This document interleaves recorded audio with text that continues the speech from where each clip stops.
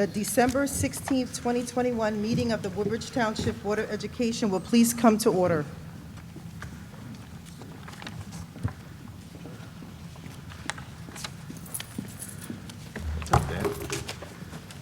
Roll call, Mr. Wolferman. Mr. Della Pietro. Here. Mr. Harris. Here. Mr. Molnar. Here. Mr. Sedana. Here. Mr. Tamburello. Here. Mr. Treebwasser. Here. Mr. Velez. Here. Ms. Anderson. Here.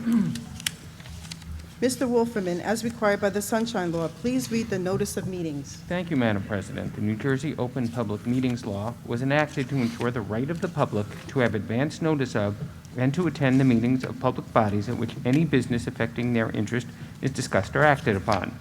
In accordance with the provisions of this Act, the Board of Education has caused notice of this meeting to be published by having the date, time, and place thereof posted as follows. On January 11th, 2021, emailed to the Home News Tribune, the Star Ledger, and the Municipal Clerk's Office, posted in Ross Street School Number 11 and the Board of Education Administration Building, and also published on the school district website. Thank you. Mr. Velez, please read the closed session statement. Thank you, Madam President. I would like a motion for the approval of following closed session statement. In compliance with the Sunshine Law, the board must go into closed session in order to discuss subjects exempted from the public portion of our meeting. Discussions to be held in closed session will be regarding personnel matters. Additionally, the board will receive attorney-client advice regarding the matter of Frost versus Praxair. Any information regarding the closed session discussion will be released to the public when the reasons for discussing these matters in closed session no longer exist. I have a motion by Mr. Velez, Second. seconded by Mr. Treebwasser. All in favor? Aye. Any opposed?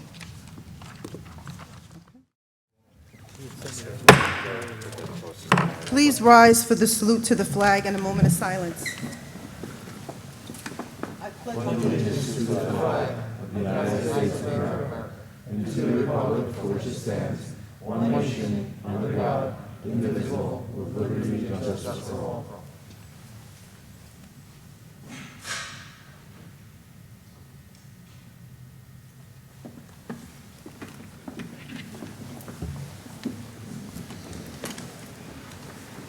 Do I have a motion to reconvene? So motion?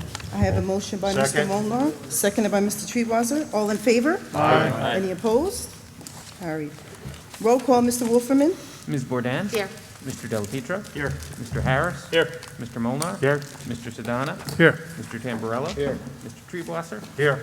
Mr. Velez? Here. Ms. Anderson. Here. Will someone make a motion to approve the minutes of the previous meetings? So motion? I have a motion by Mr. Harris, Second. seconded by Mr. Treebwasser. Are there any additions or corrections? All in favor? Aye. Any opposed? Mr. Wolferman, please state for the record any notice of bids received by the board. Madam President, no bids were received this time. Thank you. Dr. Massimino, please introduce our student representative from Colonial High School, Josh Olereri. Thank you, Madam President. Josh Oleremi is a current senior at Colonial High School, maintaining a 3.85 GPA as in the top 13% of his class of 350 seniors.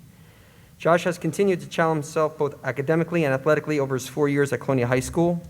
Academically, he has taken 4 honors level courses, 3 AP level courses, and 3 college level courses, including dual enrollment credit options with Middlesex County College. Josh's leadership in the classroom has also led him to induction into 3 honor societies at Colonial High School, Rho Kappa, Mu Alpha Theta, as well as the National Honor Society. Josh's leadership skills in athletics have been equally impactful. Josh has competed in boys basketball and boys volleyball for 2 years and football all 4 years. Josh has earned a varsity letter in football the past 3 seasons and has also been selected as team captain the past 2 seasons as their starting quarterback and safety.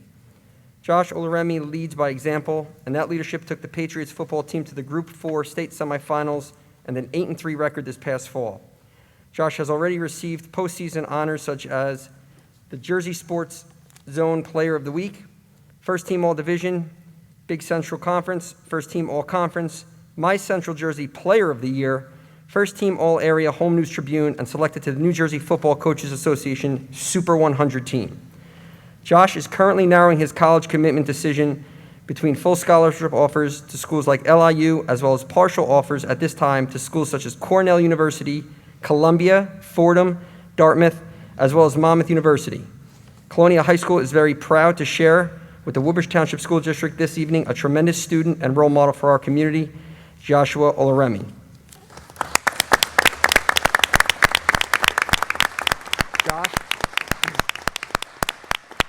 Josh, I know this was written without you knowing, and having watched you play, you are quite impressive on the field. Is there any other news you'd like to share with us? Thank you. I was just blessed to receive another offer from Delaware State University. Congratulations.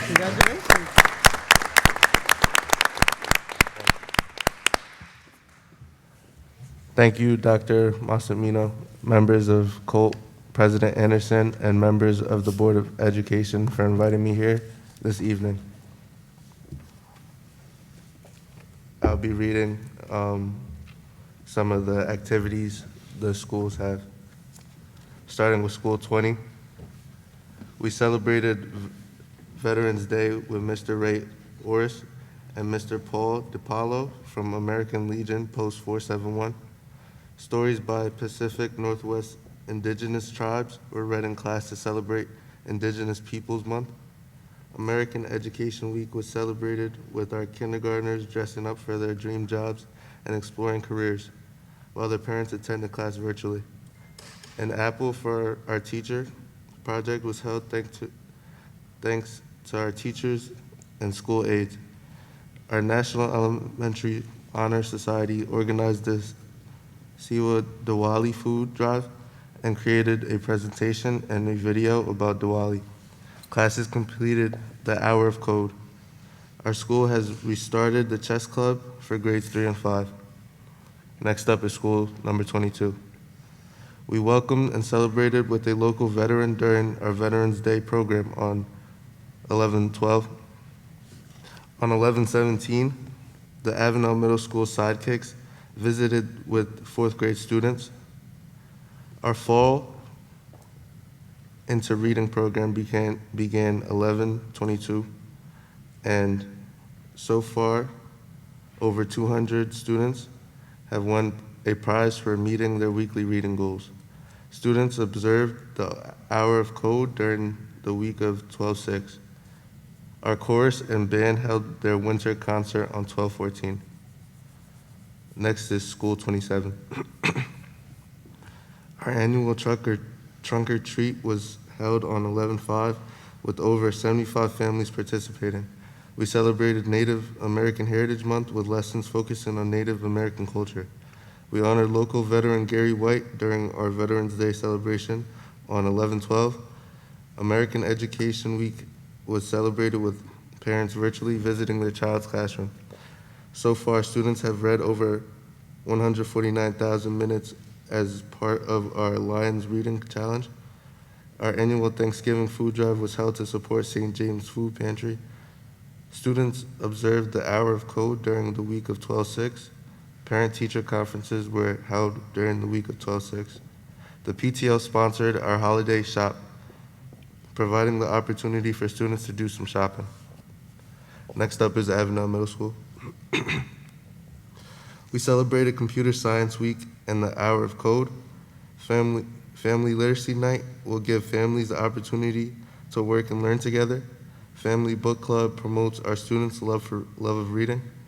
The boys and girls basketball teams are working hard and displaying great sportsmanship. A special tribute was held for our veterans. Our Giving Tree supports our families in need. Celebrations of diversity were held throughout the school. The Student Council coordinated our spirit programs and holiday door decorating. The National Junior Honor Society and Community Service Club collected donations for a variety of charitable organizations, all come in our day of giving celebration. Teacher Maria Annan was selected as a 2021 New Jersey Exemplary Educator of the New Jersey Department of Education. Next up is Colonial High School. The Interact Club sponsored a competition to support our military by collecting personal hygiene products and snack items to fill 100 care packages. Holiday cards were included with the care packages. A night of one act plays was performed by students on 11/12 and 11/13. On 11/12, we held our annual Veterans Day breakfast. On 11/14, SLAC visited Avanilla Middle School students to have conversations and complete activities about identity and celebrating diversity. On 11/24, CHS celebrated Native American History Month with an Indigenous people presentation along with school announcements sharing the facts and details about Indigenous people. In December, the French and Chinese Honor Society collected coats for a local church and also raised money for one of the women's shelters. Interact Club students adopted a family, and 3 sisters will have their Christmas wishes come true as a part of the USPS Operation Santa. 30 students were chosen to have their essays published in Unsolved by Young Writers publication. Students participated in the Hour of Code throughout the day on 12/9 and 12/10. The Winter Choir concert will be held on 12/16 at 6:30 p.m. The counseling department collected gift cards for those in need to celebrate the holidays. The baseball program collected over 300 items for the U.S. Marine Corps Toys for Tots. A No Shave November fundraiser raised money for children with cancer.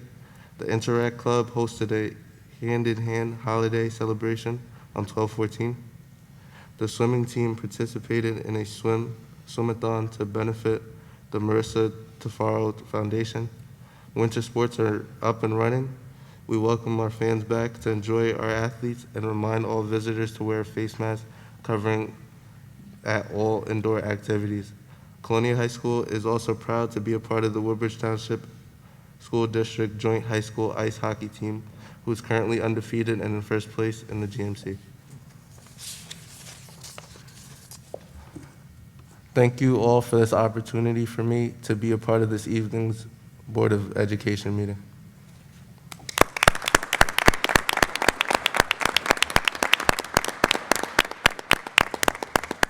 Thank you for that great report, and welcome to our meeting. Thank you. I'd like to acknowledge Mr. Pace, the principal of Colonial High School, for coming out and supporting your student. Thank you, Mr. Pace.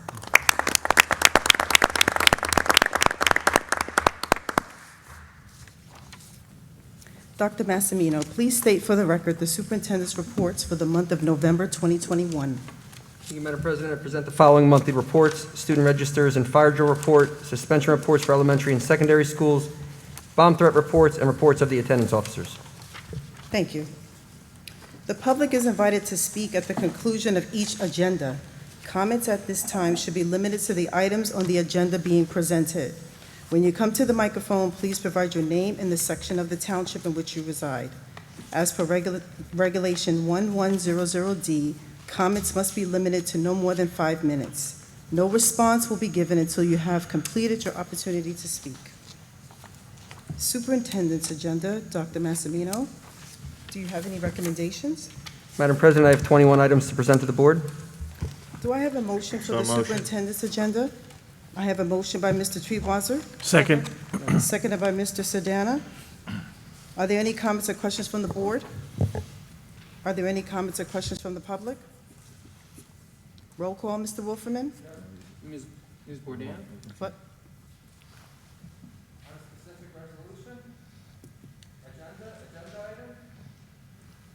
You have to come to the podium. Can you help me with what page? So this is the way we do it in Woodbridge is that there's a number of agendas, and the public has an opportunity to comment on agenda items only as it relates to each specific agenda. So do you have a comment with respect to The superintendent's agenda? the superintendent's agenda? Yes, please. Number 6? Is that number 6?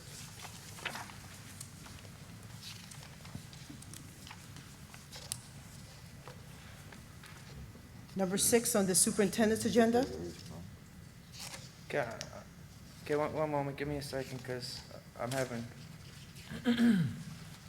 What page is it on? Go on. 1. How many pages this way? It would be the second page. Do you have a Second page. specific matter? Thank you, Ms. Anderson. You said number 6?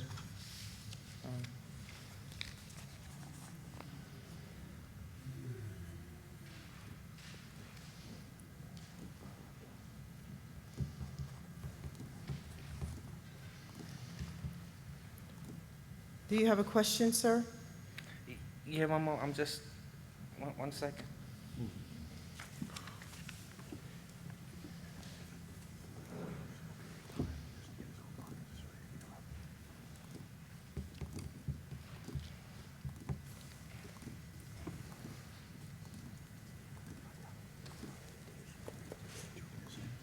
Sir, if you don't have any comments or questions, I need to move the meeting forward. Okay, I apologize, I was just looking. Roll call, You Mr. know- Wolferman? Ms. Bourdain. On item number 5, I will abstain in the name of Susan Bourdain, yes to all others. Mr. Delapietro. On item number 5, I will abstain in the name of Frank Del Pietro, yes on all other items. Mr. Harris. On item number 5, I will abstain in the name of Daniel Harris, yes on the remaining agenda. Mr. Molnar. On item number 5, I'll be abstaining in the name Brian Molnar, yes on all other items. Mr. Sedana. On item number 5, I will abstain under the name Akshar Siddhana, yes on the rest of the items. Mr. Tamburello. Yes. Mr. Treebwasser. I will abstain in the name Jonathan Treebwasser on item 5, yes on all other items. Mr. Velez. On item number 5, I'll abstain in the name Joseph Velez, yes on all other items. And Ms. Anderson. On item number 5, I will abstain in the name Marie Anderson, yes to all other items. Policy and Planning Agenda, Mr. Harris. Thank you, Madam President. The Policy and Planning Committee, on recommendation of the Superintendent of Schools, moves the following 8 items. I move the adoption of the foregoing. I have a motion by Mr. Harris, Second. seconded by Ms. Bourdain. Are there any comments or questions from the board? Madam President? Mr. Harris? Yes, I want to thank the administration for putting on items number 3, 4, and 5. It's the season of giving. It's the holidays. Throughout the year, many people do many generous things.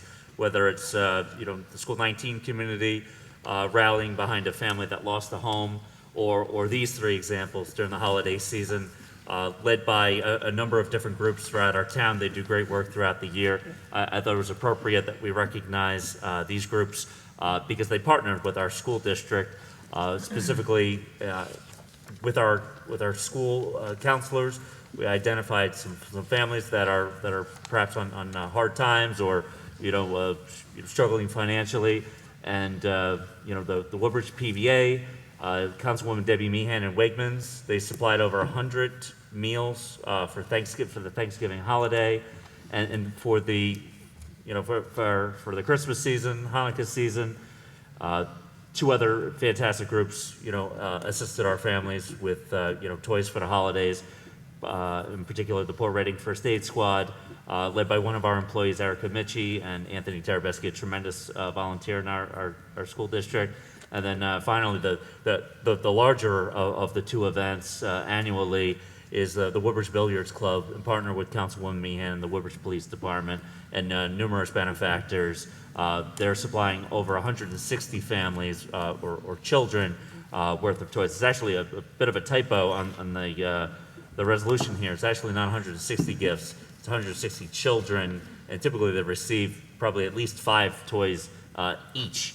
So it's a tremendous, tremendous effort organized by many people, and I just thought it was appropriate during the holiday season to recognize all the many things that make our township special and how we retain our small town feel. So I want to thank the administration for giving me a chance to recognize those great groups. Thank you all. Are there any comments or questions from the public? Roll call, Mr. Wolferman? Ms. Bourdain. Yes. Mr. Delapietro. Yes. Mr. Harris. Yes. Mr. Molnar. Yes. Mr. Sedana. Yes. Mr. Tamburello. Mr. Treebwasser. Yes. Mr. Velez. Yes. Ms. Anderson. Yes.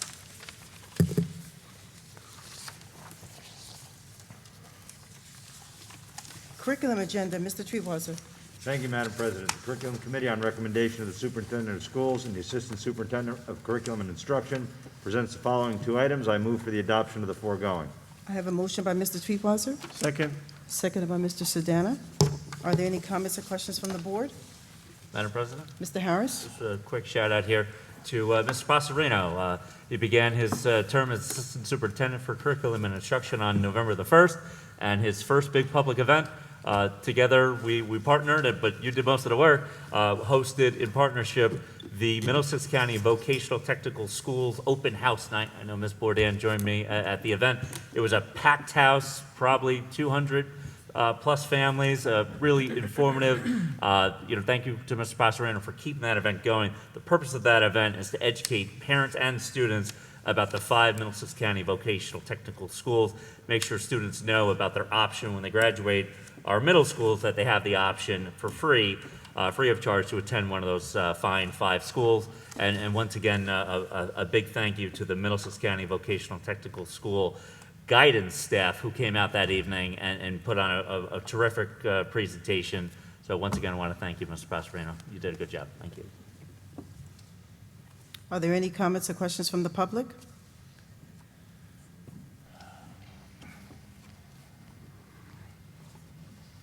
Good evening, Tom Maris, Board of New Jersey. On the subject curriculum, item number 1, that the Board of Education approve the previously submitted English language learner 3-year program plan outlined for 21 through 24. By whom was that plan designed? And in adjunct to that also, will that be addressing the use of gender pronouns, and if so, for what grades? I also have a question on number 2, and that question relates to that the Board of Education approved the previously submitted middle school program of studies booklet for the academic year of 22 to 23. Again, by whom was that booklet designed, and does it address DEI? Thank you. Dr. Massimino. Your question, number 1, the 3-year program is overseen by Mr. Passerino and driven by our ESL supervisor in conjunction with any other supervisor that can offer assistance. I'll defer to Mr. Passerino to give a more in-depth explanation about the middle school program of studies. Mr. Pastorino?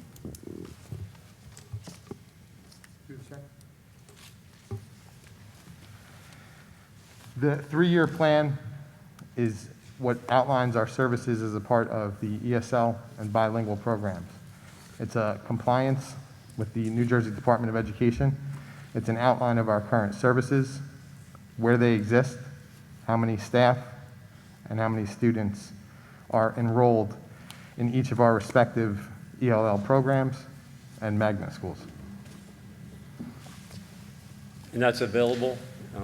You can Oprah that? Is it a plan that is transportable, so to speak? Where can one find it, if you will? Mr. Pastorino? Yes, that plan is operable. It opened, this is a part of a presentation that will be presented at the January agenda. This is a plan that was submitted by the State Department of Education, and this is, again, a compliance issue. And part of that question to number 1 was also, is it going to be addressing the use of gender pronouns? This is a listing Okay. of just the services, the staff, and the schools. I understand it now, thank you. And then point number 2. The middle school program, again, that was addressing the DEI.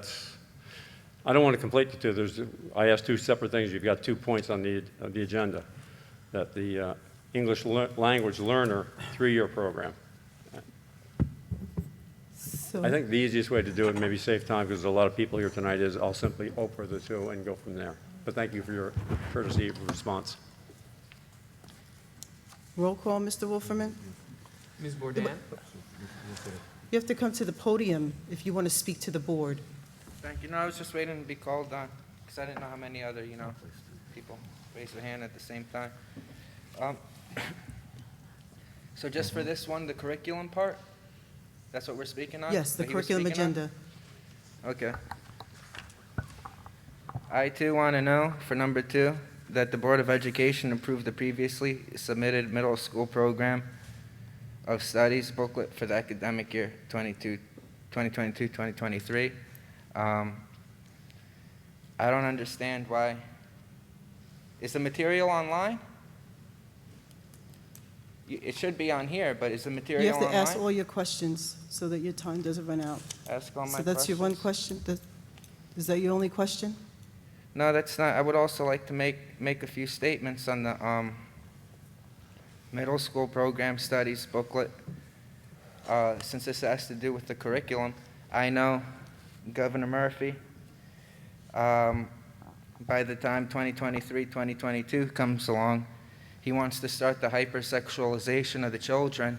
And I hope I see you shaking your head. Just give me a moment. I'm not trying to be inappropriate at all. I promise you, Lawyer Bush. You know, I hope this has nothing to do with hypersexualizing the children, teaching the children the critical race theory. I don't think it belongs in the school. Here in the school system, a kid comes to school to be educated. You know. They don't come to this school to learn people's biases, discrimination, to be taught that one set of group of people are privileged, more privileged than another. I hope that we can keep that out of the inside the curriculum. I understand some members of the public, they might not disagree. They might disagree with me, and that's okay. You know, this is America. When I went to school, we didn't have what they're doing now. The sexualizing the children, making kids feel ashamed for being a white person, because that's what's really going on. I'm from South Edison. At the Edison schools, we had one of the teachers give out a piece of curriculum to the children, how much privilege you have to draw a line across the room. They started all these kids that they're supposed to be together, to melt together. The teacher is forcing them to draw a line down the middle of the class, separating them. I think that's a little bit obnoxious. I hope we can leave the politics outside the school system and just strictly focus on educating the child, and that's it. And, you know, my buddy Jimmy, he might disagree with me over there, but I don't think I'm saying anything wrong. I love you, Jimmy. I love your point of view. Sir? Yes, ma'am? You're only supposed to address the board. Yes, ma'am. And so I got a minute and 46 seconds left. Absolutely. If there's any critical race theory to divide the children when we're supposed to be united, we have to remove it right away. Hypersexualization of the children. What do I speak about when I say hypersexualization? Governor Murphy wants to teach the kids anal sex. When I went to Catholic school, I was taught that this is sodomy. Sir? Okay?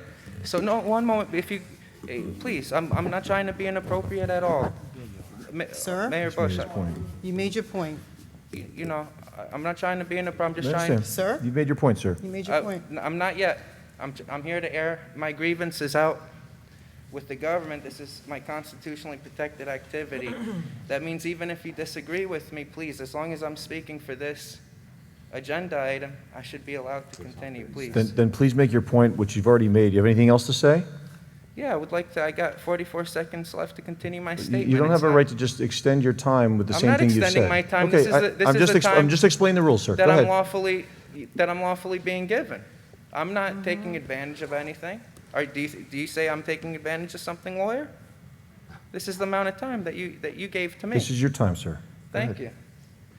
you. Well, you know, so it's our time. We're both here. If I'm here and you're here, it's our time. So, but it's my time to speak. Don't take it away from me. So, yeah. Down to 6 seconds. See, you pulled that political trick, Bush.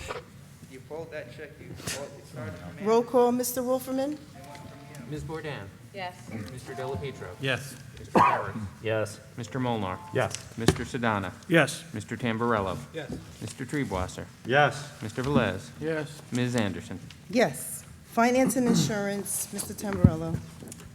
Thank you, Madam President. The Finance and Insurance Committee, on recommendation of the Superintendent of Schools and the Business Administrator Board Secretary, presents the following 11 items. I move for the adoption of the foregoing 11 items. I have a motion by Mr. Tamburello, Second? seconded by Ms. Bourdain. Are there any comments or questions from the board? Are there any comments or questions from the public?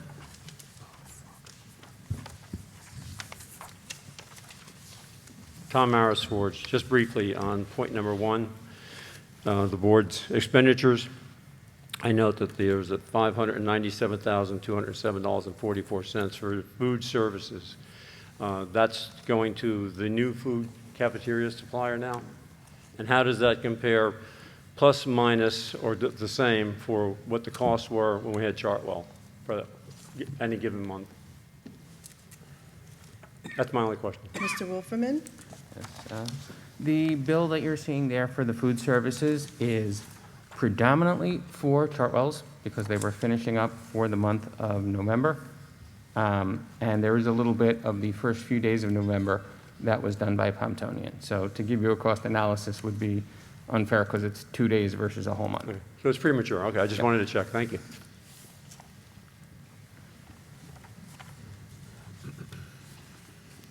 Right, David Pinkowitz, Island. Item number 4, which is bookkeeping transfers, and then of the agenda transfers, I want to ask about number 11. So the question, I'll make a comment, but the question will be, whose budget is the from coming from? And then there's 2 budget items on the right side. I'd like to know whose budget items those are going to. My comment is just this. I'm not objecting to equity teams.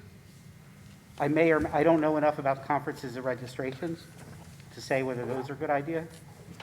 But I am concerned when I see $120,000 coming out of textbooks, when I see occasionally textbooks that need replacement. Obviously, textbooks also include new textbooks and new curriculum. So I'm just kind of asking, in addition to identifying whose budgets are on the left and right side of that transfer, why are we taking out of textbooks for these other items? Why not take it from somewhere else? Mr. Wolferman? Thank you. The actual people I think you're looking for somebody to be in charge. These are both curriculum items.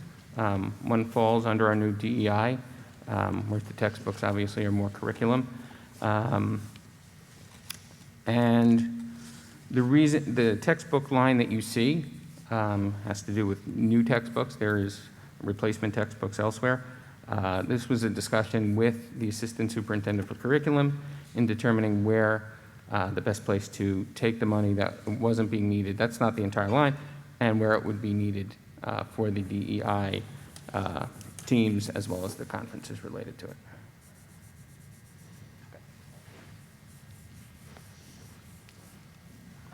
Hi, my name is Amy. I'm addressing number 5, the Board of Amy, Education. which section of the township do you live? I'm sorry, in Fords. The Board of Education approved the previously submitted list. This is also my first meeting, so I don't know exactly what was submitted, but the professional development conferences for staff members. I'd like to know what entails with the professional development conferences and what staff members need to attend that, and is that for all of the schools in the township? Excuse me, ma'am, what item on the finance agenda are you addressing? What item number? You had said it was 1 through 11, so I had done number 5. Number 5? Yes. That's the treasurer's report for the month of October 2021. She's referring to the superintendent's agenda. Oh, that's number 5 is, okay. Yeah, I had just heard 1 through 11, so I had gone back to superintendent. Okay, so the superintendent's agenda, we've already passed through. We're on the finance and insurance agenda. You could come back at the end during public comment. Perfect, thank you so much. You're welcome.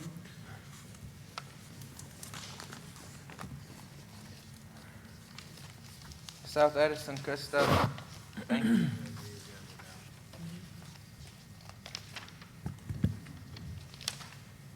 Finance and insurance.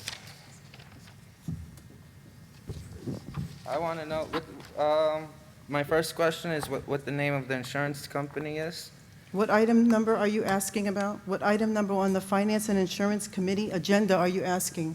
Oh, it has to be on a specific. Yes, it has to be Okay. on a specific. I apologize. Yes. So what item number, sir? Oh, no, that's not a number. Let me keep. Excuse me, sir?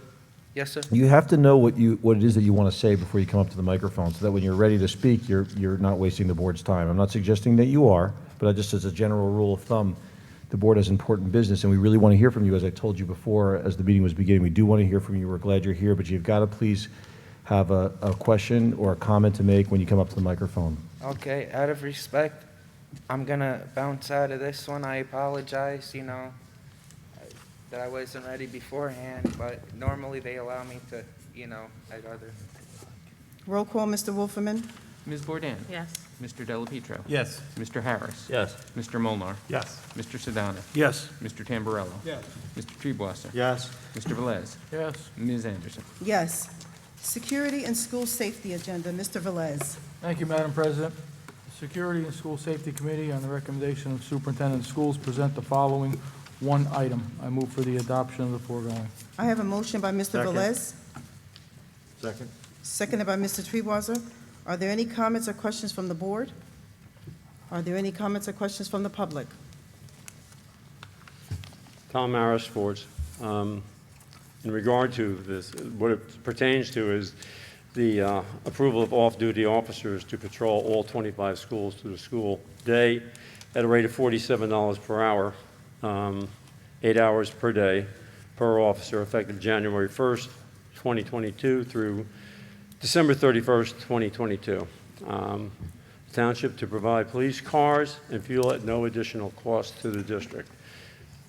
Obviously, that still befalls to the taxpayers because we'll have to bear the cost for whatever the vehicles run. But what is the estimated budget that the school will be paying for the officers through that period of time? Do you have a total estimate? Is that your only question? 25 schools is a lot of schools, so It's here. obviously a lot of police required to handle that much. The town is 24 square miles. Is that your only question? Yes, I'm sorry. Okay. Well, there's only one item, and that's my Okay. one question. Yes, thank you. Mr. Wolferman? I'm going to defer to Dr. Massimino. Yeah, It's confidential. because it's a security issue, Mr. Maris, we would have to divulge how many sectors we have and how we divide up how they are given. And we don't give out that kind of security information, so. I wasn't asking for sectors. I was asking if you accumulated a total estimated budget for the cost of it. There's a bit difference. I anticipated we you'd give me that response, so I'm asking just, is there a general budgetary? We do, but I cannot share that number with you at this time. And that would not be in your capital report when you have to disclose your financials? Is that correct? You want to explain how the budget process works? Mr. Mayor, we have a budget line for security to give you Right. specifics as to these particular officers would be then giving information as to what Dr. Massimino said All right, about so this sectors. is If part you'd of like the to know general security- overall budget? I'm sorry. Yeah, if you'd like to Oprah the budget, then we can give you the total amount that we pay to security. Absolutely. Okay, I understand why you would be reluctant, and I agree with you, because somebody could do the extrapolation and figure out how many officers you have patrolling, so I understand. Thank you.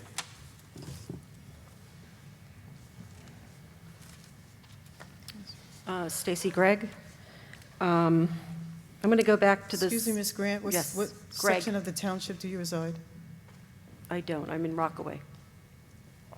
So, again, on the same topic, under security and school safety, $47 per hour salary is, I don't know if it's a going rate for police off-duty, but 25 schools, my phone broke tonight, but I could do the math on how many school days there are times 8-hour shifts, because you're only having one officer.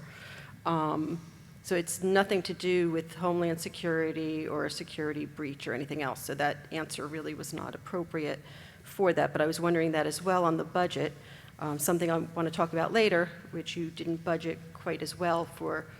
I'm imagining that your police officers are primarily male officers. And that's a nice hourly rate. And I believe in a fair living wage for everybody. I hope that you have a requirement to have an equal number of women as you do men officers in the school, if you're going to go that way. And I would hope that you have studied the effect and trauma on children seeing the police. For some of the children in your district, it's traumatizing to see police officers all the time. So if they're going to be, I know in other districts, they just wear like a polo shirt and something with an emblem on it. I hope that the children aren't, being confronted with an officer carrying a gun in open. So my question to the board, is that your intent, is to have an armed off-duty police officer? Because that would be problematic. And I guess I would have to try and provide information regarding what it does do to children that are immigrants, that have had parents that have had incidences with police. I'm not saying that you shouldn't foster a good relationship and try to work on those things. And we're just coming off the anniversary of the 14th of Sandy Hook. So we know the importance of having people there in our schools when needed that respond appropriately. So those are my concerns. I don't want any children traumatized by having a police officer. You've already, as a district, made that decision that that's the way you want to go, but I think you need to have the details for the public as to how they will be presenting themselves, and that there will be an equal amount of women and rotating between women and men and minorities in the school to match the school systems that are out there. That's my concern. Do any of you know any of those answers? So your question is, you Will want us they to be- go into details about the makeup of the police officers? Will as they well be- as what they're going to be doing within the schools? Well, Is that your question? They're there for security. No, I want to know if they'll be showing up on plain clothes, like a uniform, like in other, where they just, they have something identifying them as a police officer, but they're not in full garb uniform. They're off-duty. So is it an off-duty event where you're paying for somebody? They have the system set up with all the police departments where you can pay for somebody to show up at your event in full police officer gear. Are the children going to be greeted in the morning, getting off their school buses by a police officer with a gun, or however, a gun and a taser, and handcuffs? Or are they going to be, you're paying for it, so you get to direct what it is that you're paying for. This is a motion under this topic that you want to get passed tonight. You're going to be voting on this, so I think you may want to table it. January's coming up pretty soon, and this is, the 9th hour, starting January 1st, 2022. But I think this needs to be a little bit more, you're going to have a police car. Is it a marked car, or is it going to be a police car? Because now we already have a problem in this country where we have from cradle to grave, where we're incarcerating more people than any other country on the planet. So this is a very grave thing that you're doing, and I understand the reasons are coming from a place of goodness, but you also have to do it consciously. We have a mental health crisis happening now. We've seen some of it firsthand just recently. We saw it at the council meeting where, unfortunately, the people who were educated in your district think that a council meeting is a Board of Ed. They thought they were at a Board of Ed meeting 2 days ago. So I think this needs to be very thoughtful when you do pass this. Thank you. Maybe someone can make a motion. Thank you. You're welcome. Mr. Harris? Madam President, hi, ma'am. I didn't catch what town you're from, but welcome. This is a renewal. We've had police officers in our schools for at least as long as I've been on the board, 6, 7, 8 years. I think largely in response to the Sandy Hook Elementary School that you cited. This is simply a pay raise. Annually, they bargain collectively, and it's typically $1 a year increase. So last year was $46. This year it's $47. That's informative. Thank you very much. Yeah, you're welcome. It didn't have that information that it was a renewal. Can you answer the other question, how you have them at your schools? Are they in uniform? Madam President, if I could just say, that would be divulging our plan, and we don't want to do that. We don't want to tip off anybody that would watch this meeting. We've had this plan in place for a number of years now. It seems to be working, and we don't comment on specifics to what they wear, what they carry, what they do. Okay. So that's why we don't want to go into it. Not that we don't want to answer your questions. No, I appreciate it, But that's though. been our policy, that we don't go into specifics about our security. That's fine, plan. thank you, I appreciate that. It's sufficient, thank you.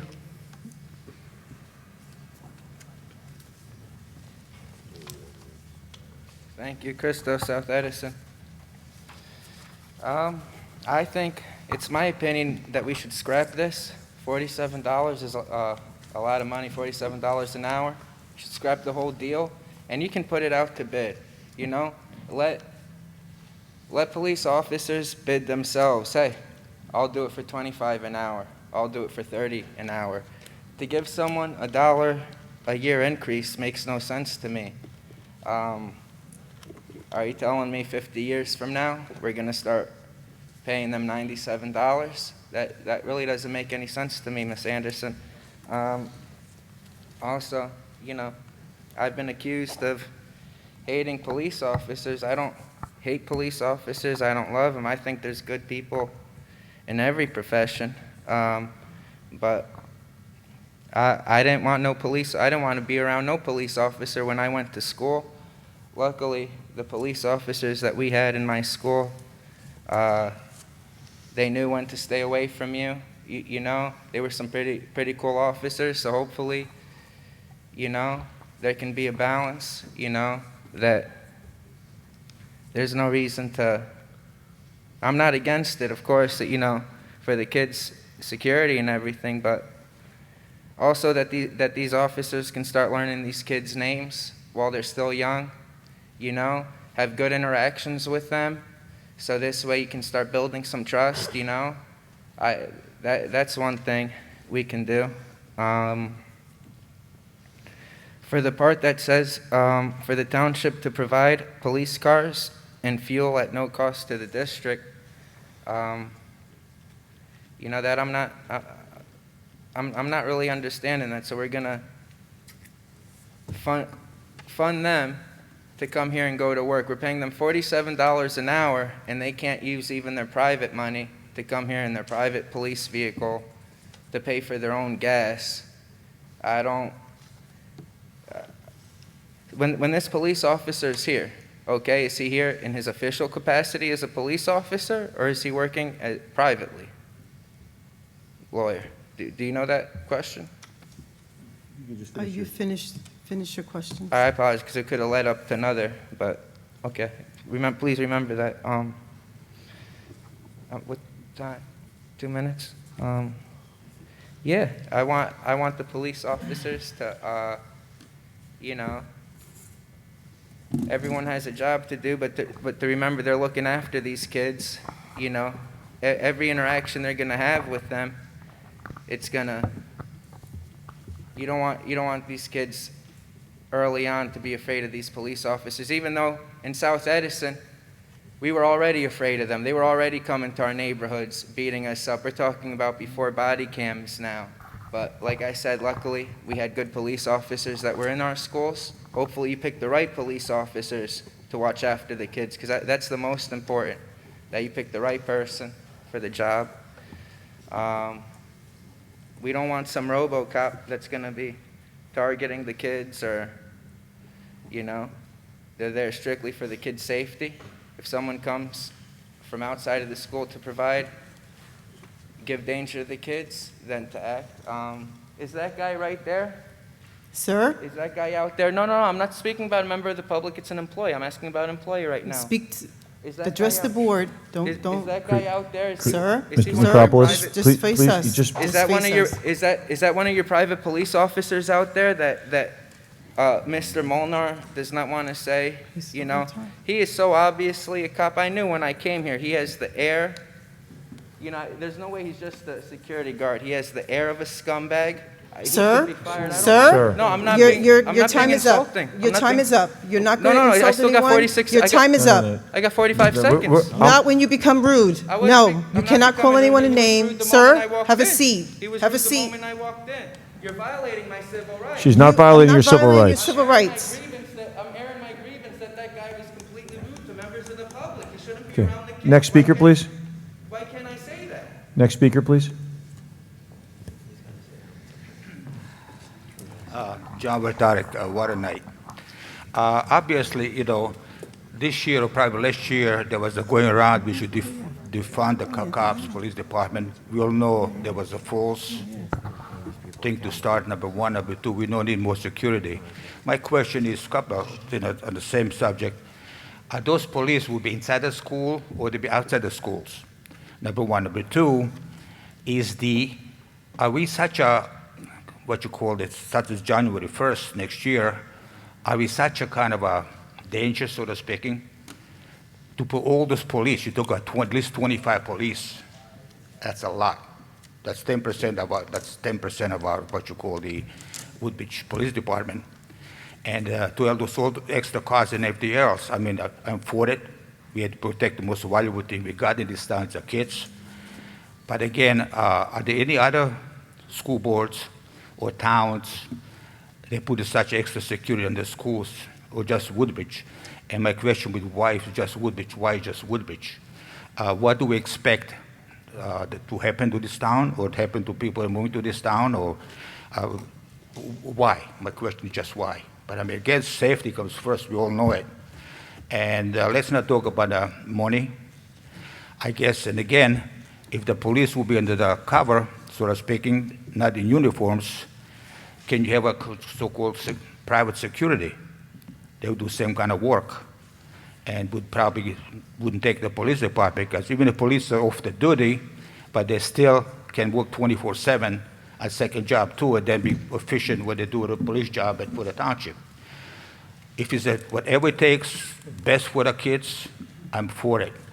But what scares me is that's unexpectedly, all of a sudden we need this extra force. I always thought that we didn't need even the beginning police officers, especially in the inside board education building. Now I understand why we need them. But again, it's kind of don't put a scare on the people. Please explain them more. What for?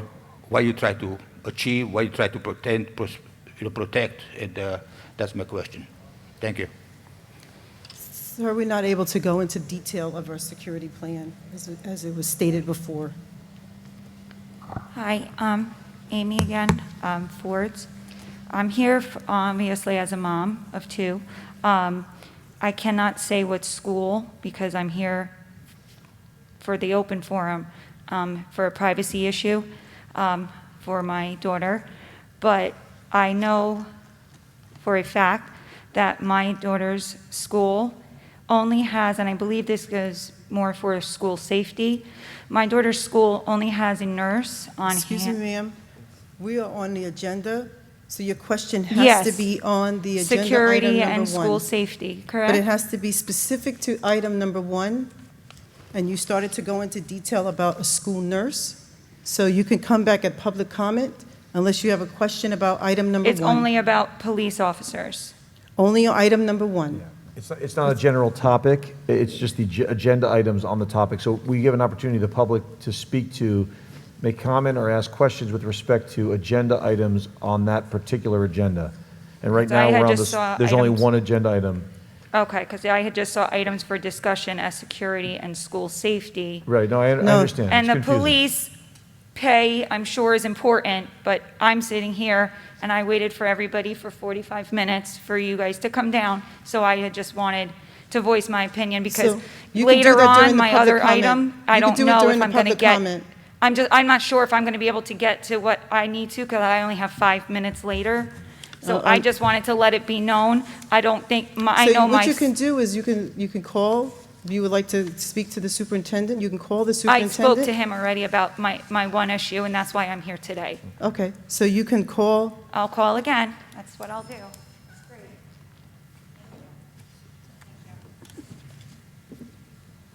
Roll call, Mr. Wolferman? Ms. Bourdain? Yes. Mr. Delapetro? Yes. Mr. Harris? Yes. Mr. Molnar? Yes. Mr. Sedana? Yes. Mr. Tamburello? Yes. Mr. Treebwasser? Yes. Mr. Velez? Yes. Ms. Anderson? Yes.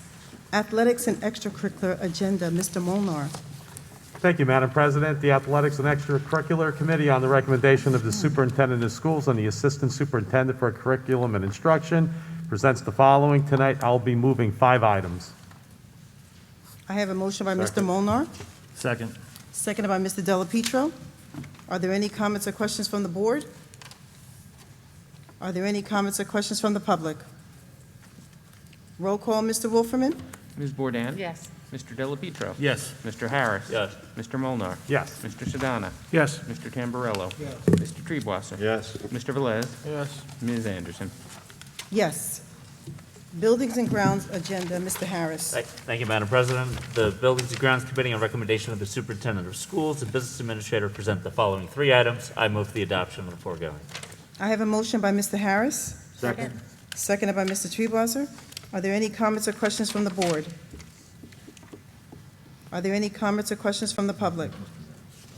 Good evening, Tom Maris. On point number 1, the board is going to hire an architectural service to do a study on upgrades of various school properties, namely 4 schools, 21, 24, 22, and 26.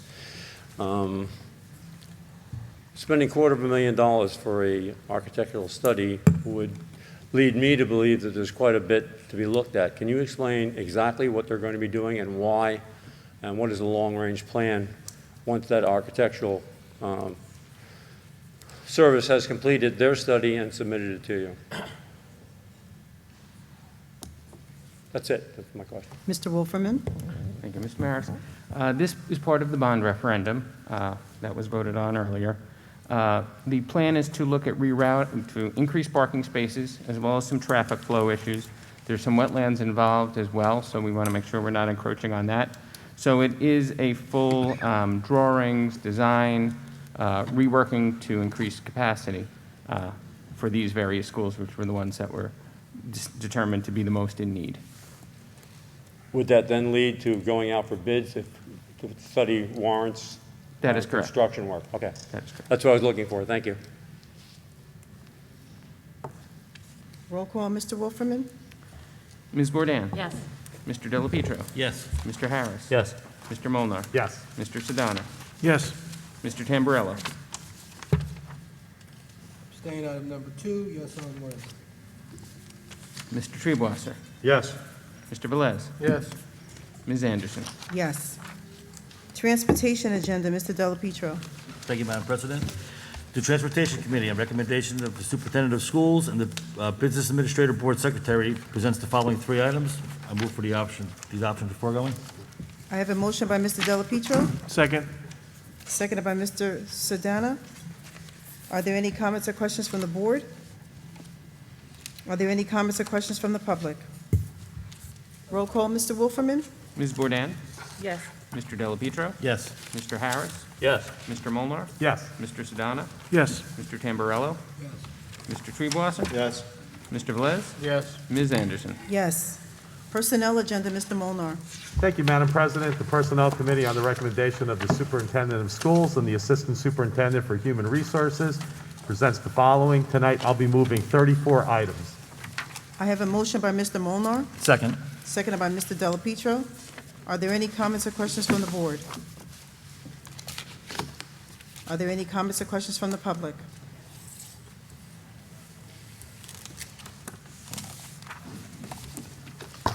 Stacy Gregg, item number 33.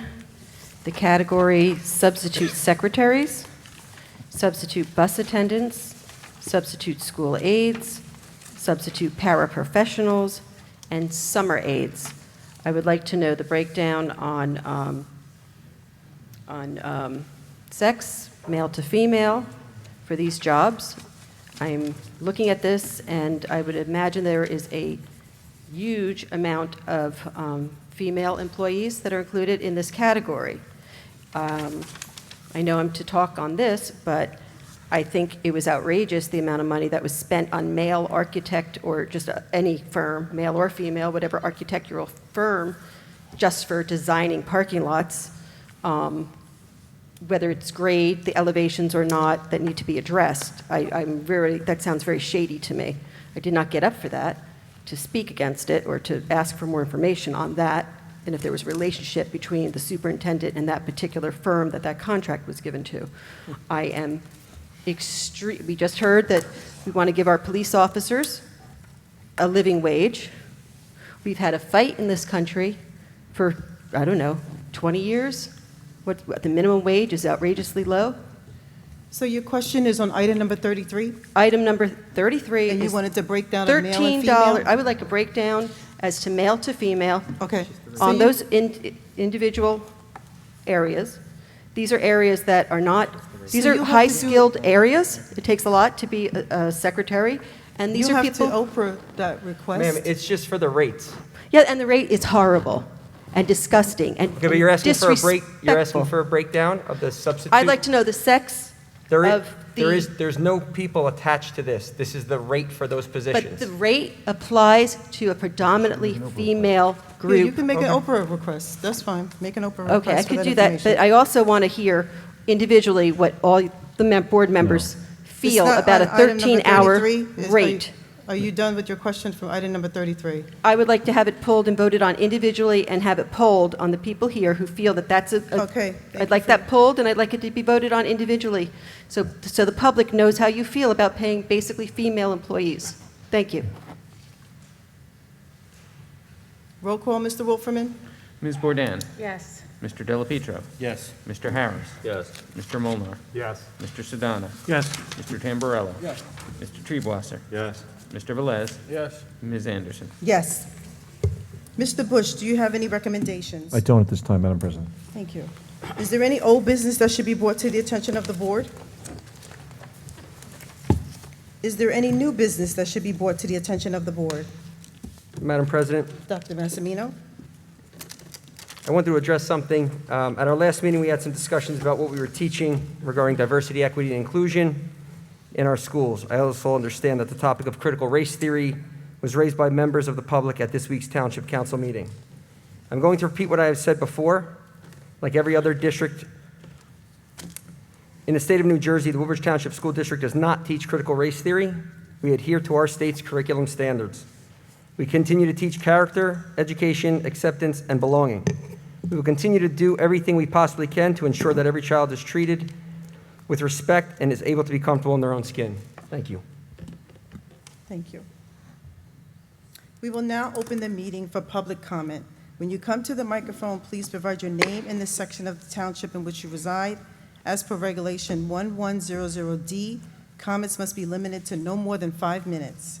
No response will be given until you have completed your opportunity to speak. I'd just like to first apologize. I'm very emotional because of what I have to say. I would really appreciate if everybody from the board could look up at me, put their cell phones down, and give me the respect that I gave you guys for staying extra and giving you guys the time you needed when you were discussing your private matter. My name is Amy. I'm in Fords. Like I said, a mother of 2. I've been part of everything that I could for my school, part of the PTO, and everything. Earlier this year, I was diagnosed with MS, and it took a complete toll on my body. I still worked the book fair and did everything for the school. So this is very hard for me to write. I come here today to be the voice for my 9-year-old child. Unfortunately, I cannot divulge specific information. And is the other principal still here? I'm glad there's another principal here. I cannot divulge specific information on this matter, as it is an invasion of my daughter's privacy, but I can give you the facts of what has been brought me here today. The beginning of this month, my daughter let me know something that literally made me sick to my stomach. After she informed me of an unacceptable course of events that had happened at school, I told her I'm sorry that it happened and that it was completely wrong. She shut down immediately, and I didn't want her to relive it, but I needed to know what happened because I had noticed for months that she had been acting differently lately. She said she was sad and embarrassed and felt that she wanted to cry, but she couldn't at the time of the accident because it was in school. At the incident. It had happened a while ago, but I said it didn't matter. She wanted me to drop it. It was a complete invasion of her privacy, and to make matters worse, the individual who acted this way was not a classmate, a substitute, an aide, or even a teacher. No, it was the one person that's supposed to protect her the most at school. It was the principal. I called her teacher to verify the story, which she did immediately.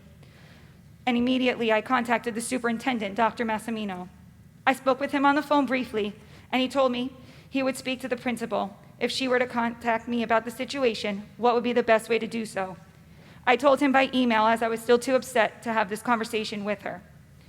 I waited eagerly for an apology email to come that day, or for at least Dr. Massimino to contact me back to let me know what came of the situation. Neither of these two things happened. Instead, the following day, I received a 4-sentence email. I hope this email finds you well. Dr. Massimino made you aware of your concerns. As you know, my priority is always keeping the students' safety, yada, yada, yada. If you would like to discuss the situation further, please don't hesitate to contact me. I found this completely insulting, that not only did she fail to apologize, she didn't even mention my child by name. When I went to Dr. Massimino, I was not dealing with detailing my concerns, but rather this was a disgraceful act done to my child by an adult who should have known better. And because this was my child, this made my child feel more embarrassed and mortified. On top of the plain fact that it was a complete invasion of her privacy.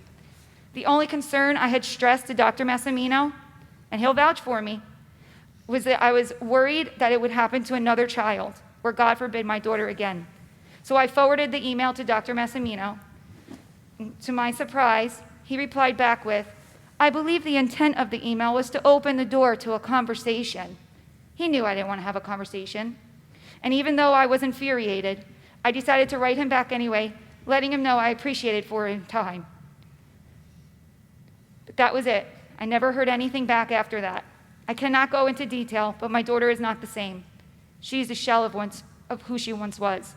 She was failed by the people who were supposed to protect her when her parents are not around. And these adults, they just walk around and carry on with their lives with no one to answer to and no repercussions. And my child now struggles every single day. I already feel uneasy sending them on the bus, as numerous times my children have gotten lost and arrive late to school almost every single day. So to add this on top does not make me want to keep them in Woodbridge Township. I'm not the mom to just let it go, be too busy for my kids, which I have a business for 15 years. 14 of those years were in Woodbridge Township. I just moved it to Rahway. I will fight for my children, and I will fight for this child until something is done. So my question are, what repercussions, if any, do these adults get in instances like these? And how can I know I'm sending my child to a safe place if something like this nothing is to be done? How do I know what was discussed between the principal and Dr. Massimino if he never even followed back up? I come here asking that my daughter and I receive that formal apology, the one that I should have expected in the first place.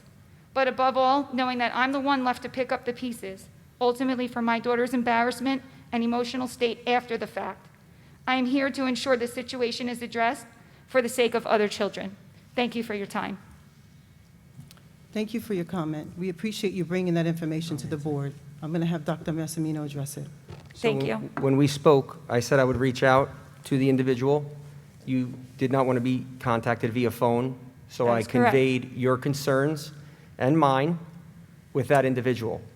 I do believe the email that was sent to open the door to communication. I do believe it's important for the individual in question and you to have an open dialogue because your child is in the school.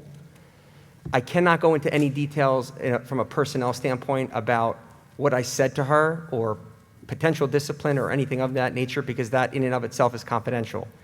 So regardless of what action was taken, I cannot legally share that with you. When I spoke with you, my understanding was that there was no communication, so I was hoping to foster that. I made it abundantly clear that an apology needed to happen, but the way she had worded the email, and I quoted the entire thing in this, and I can leave it for all of you to and view. You absolutely forwarded to me that, ma'am, and it was addressed. Unfortunately, I can't go into great detail about what that conversation looked like because it is protected under confidentiality because it's a personnel matter. Then So- I just ask other board members of what I read to you today, does nobody else feel as though an apology is That's not- owed? Yeah, let me just explain, if I can just jump in here. And this is hard stuff, because you're a parent, like a lot of people up here, and everybody knows how dedicated parents are to their children, and clearly you're very dedicated to yours. Of course. Of course. The biggest issue that we have as a board, and I think Dr. Massimino is trying to tell you this, is that we often have, with respect to the information we're able to share with the public, or a parent even, one arm tied behind our backs, right? So if Dr. Massimino were to deal, whether it's your situation or any other, with a personnel matter, with an issue that he's concerned about when the way an employee handled something, and not at all saying that that's the case necessarily here, he would do that, of course, because that's his job responsibility and he takes it seriously, but that doesn't necessarily mean that the parent or the individual who raised the concern in the first place would get to find out. Similar to student matters, for example, your daughter's privacy, which is It extraordinarily... was completely evaded. Right, so Hers gets to be, but the adults walk scot-free. But your daughter's privacy, which is of utmost importance, and we take student privacy incredibly seriously, that is something that we wouldn't ever be able to talk about with anyone other than you as a parent, for example. So, we're not really talking about the issue here, nor do I suggest we talk about it here, but this is the type of matter that is an administrative matter. The board would not be involved in that level of administration unless you as a parent wanted to inform them about that type of thing. But, this is the type of information that's shared with board members. Dr. Massimino's got to deal with it from the information that you shared with him in the best way that he knows how.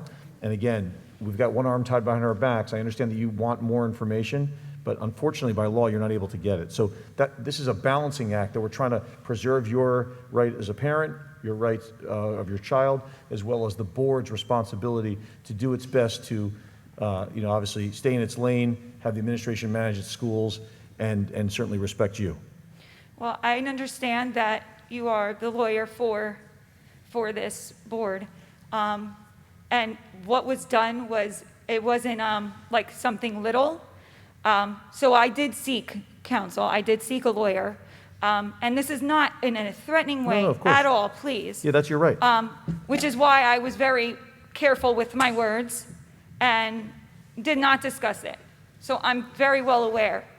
But I just want to finish with, there's something said about human decency, simple human decency, and knowing in your gut when something is wrong. And what is worse is when something is wrong and you do nothing about it. And I would love to sit down with any one of you that would love to reach out and find out the whole story, but I know my lawyer will be emailing everybody or sending it out, so you all will eventually find out about Yeah, you my daughter's have your case. lawyer reach out to my office, okay? Because these people here. If you could get me your contact, that would be much easier. Absolutely. I'll give you my contact, because certainly your lawyer should be reaching out to me and not individuals who are represented by our firm. So That would be absolutely. Yep. fabulous if I could get that. And I thank you all so much for your time. Thank you. Thank you.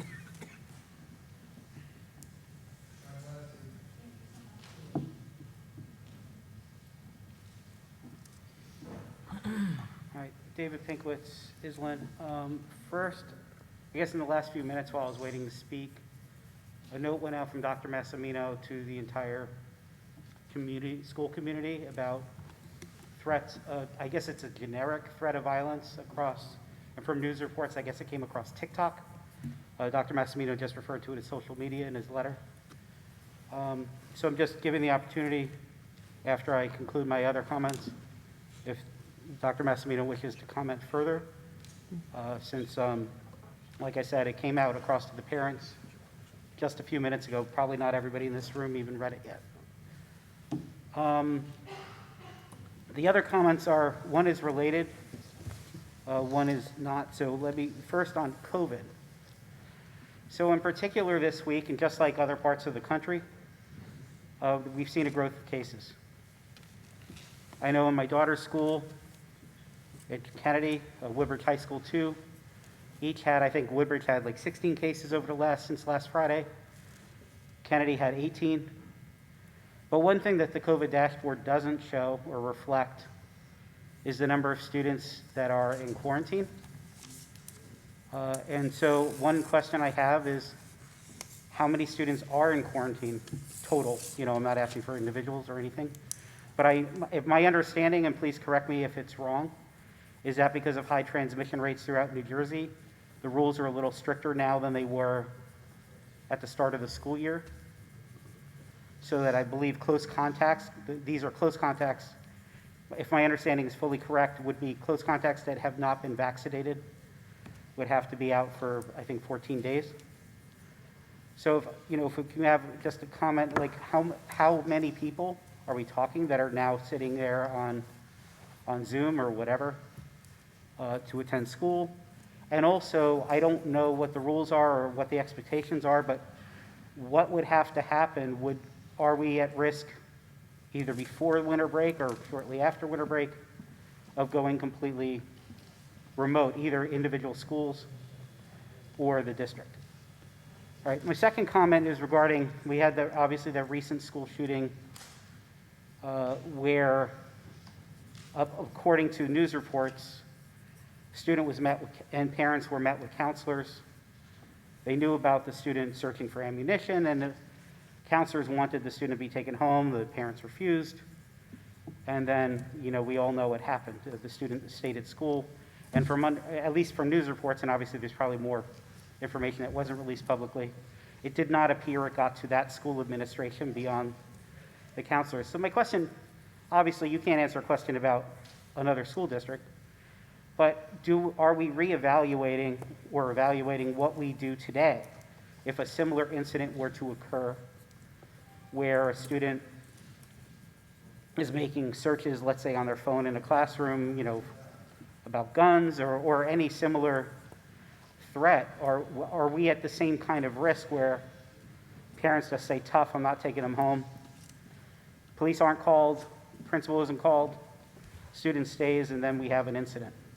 So just want to kind of understand, obviously every new incident, every new piece of information might lend itself to say, hey, we're doing the right thing or we're not doing the right thing, we need to fix it.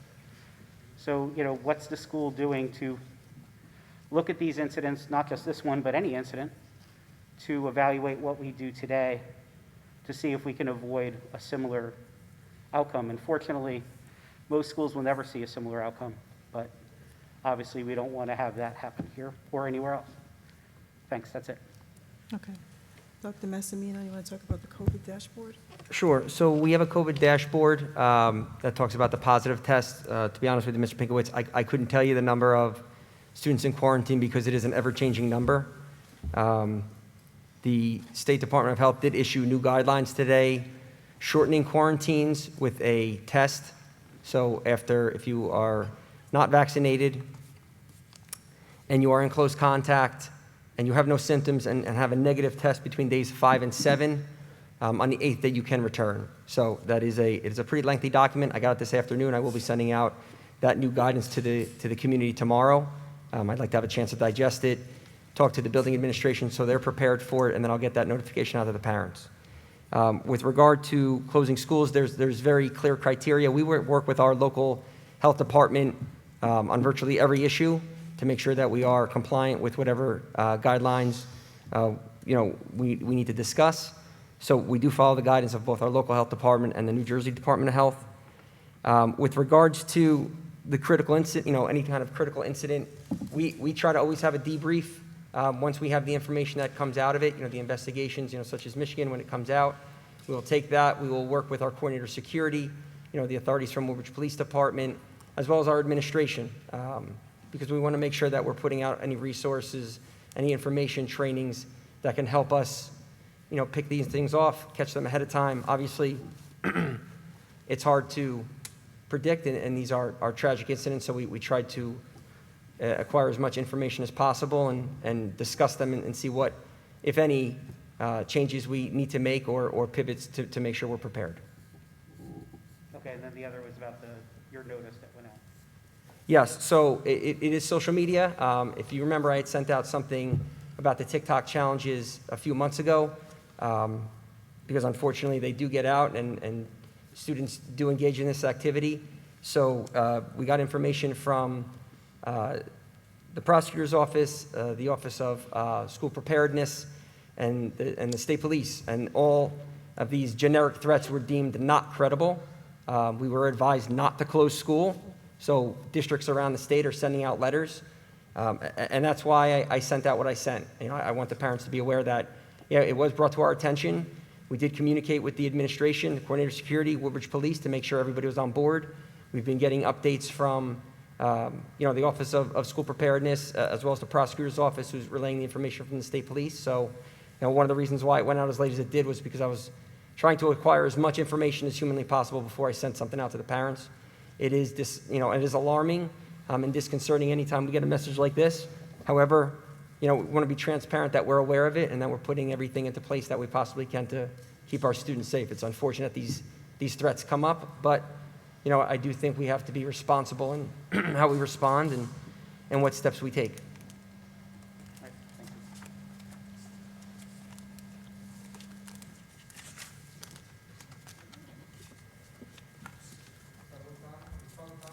Yep. Motion to adjourn. Public comments. There's public comments.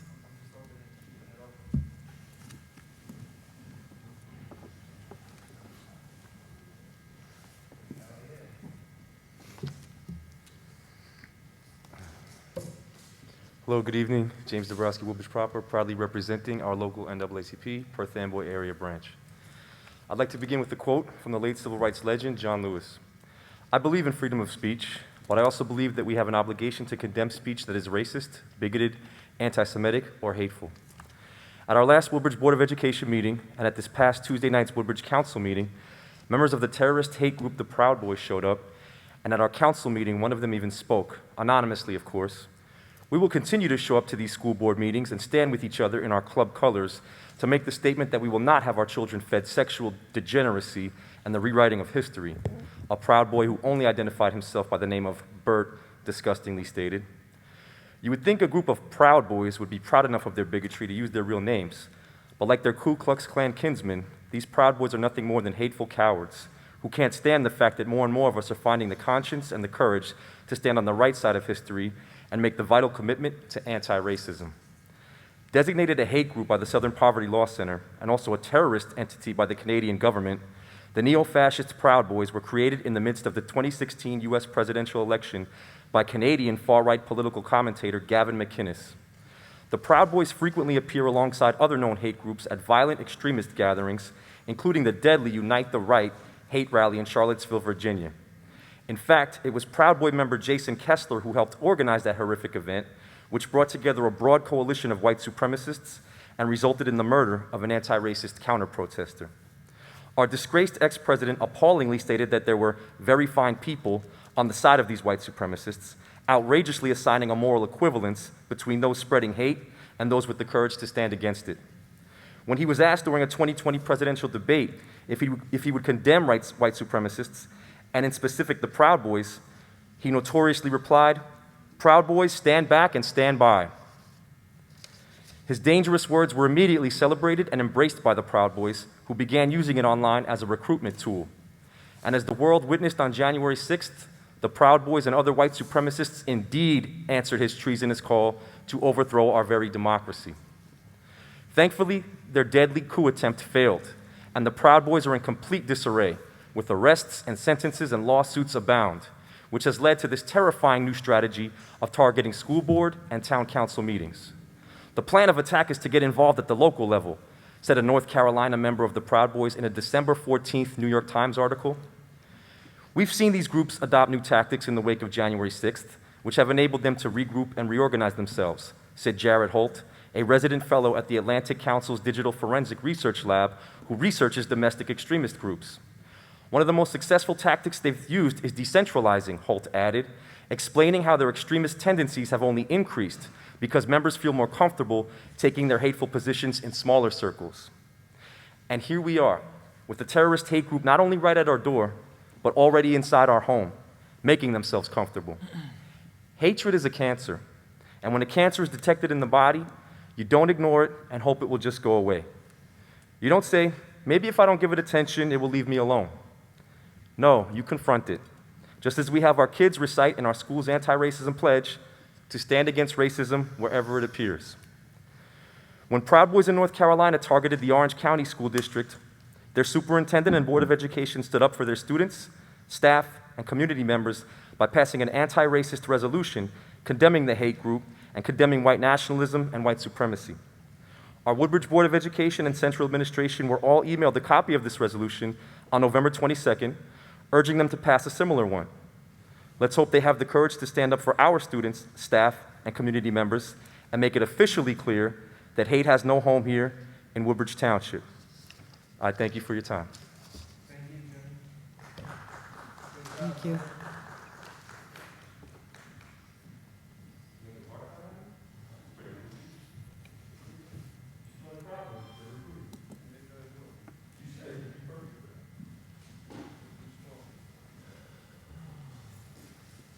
Good evening, Reverend Donna Stewart, President of the Perth Amboy Area Branch of the NAACP.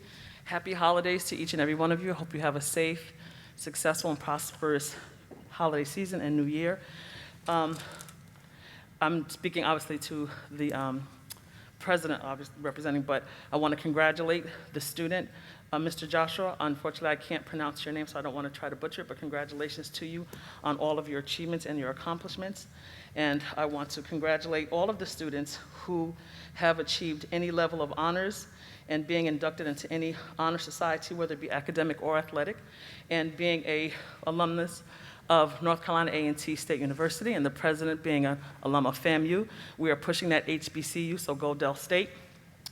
What I want to say, I'm standing up to say I want to thank all of those who were brave enough and courageous enough to come and stand and speak. I think it takes a lot of courage to come and speak before people, regardless of hissing and comments that are made and intimidation tactics.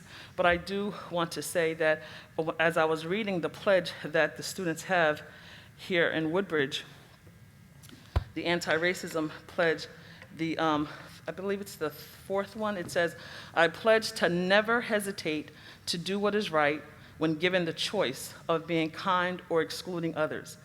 And my perception of that is basically, we need to not ever hesitate on doing the right thing.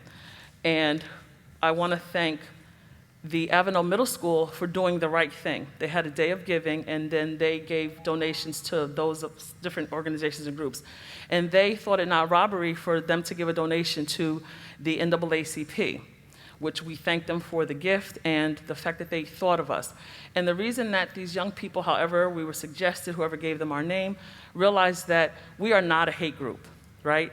Because children and school administration and district will not allow anyone to donate for a hate group. We have been called a hate group by many people, as the NAACP, as members of the Black Lives Matter organization, whether it be Black Lives Matter New Jersey, Black Lives Matter Woodbridge, Perth Amboy. It's not a hate group, okay? Mr. Dabrowski has read the history about hate group, which are the Proud Boys, and they have been listed that and deemed that, and we are not that. We are not here to intimidate anyone. We are here in solidarity, and our shirts say it. Hate has no home here. Okay, you should not put out a pledge to the students of the district, and we as adults and educators and parents and administrators and elected officials neglect to make a statement. Everybody is welcome because it's an open meeting, open public meeting, but I think a statement should be made from people who represent the community, this township, this school district, and elected and hired people to make a statement saying that hate does have no home here, that there is no home for hate in Woodbridge School District or Woodbridge Township. So I would ask that you all make a statement, whether it be a written statement, a statement, to whomever, however, but moving into the new year, we can't continue to do things that are symbolic to make it think like we're doing better and hiring a black person or a woman or someone who might have a handicap or disability to make it think like we're actually including people and that it's equal, because it's not, it's symbolic.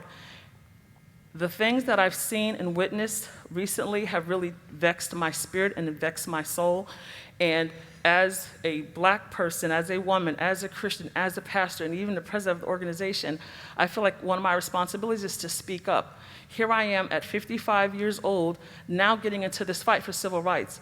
I shouldn't have to do that. I'm 55. I should be able to relax and chill. I have 3 college graduates that 31, 27, and 23 years old. I should not have to be fighting for them for things that my grandparents and other people have fought for. We have to stop, and we have to stop pretending. You know, it's not you versus us and us against them. We have to do this together. But until we accept the truth about what's really going on and make actual statements and make some steps moving forward, we're never going to get past it, people. We have to stop pretending that we love each other and it's a kumbaya situation, because it's not. It's not. I don't know most of you, have never seen you before, and may never see you again until the next meeting. But guess what? When I see you as a human being, right? I don't hate anyone. I may hate the actions of many people, but I don't hate anyone. So please keep in mind as we're moving forward that we really need to make a statement that hate really does not have a home here. I mean, I have so many things that I wrote down here, but I just really wanted to stress that hate has no home here, and whatever we can do as an organization, the NAACP, the Perth Amboy Area Branch, which services Woodbridge, we want to do that. We want to partner with you, with the young people, the older people, educated people, uneducated people, those who are elected, those who are employees, thank you, and especially our young people, because they need to see us truly getting along, and we need to stop pretending for position's sake. So thank you much for the opportunity to stand before you, and again, I wish you all a safe, happy, and healthy holiday season and New Year. Thank you.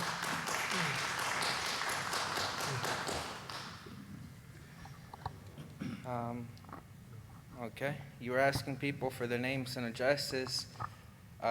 Lawyer, the law does not require me to provide my name and address. May I continue? Am I recognized? State your name.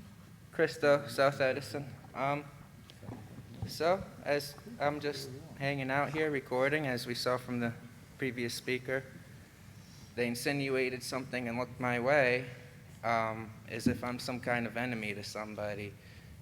Number one, I want to let everyone here know, whoever you are, I respect you. I respect your activism. I respect being a member of the community. We're all equal.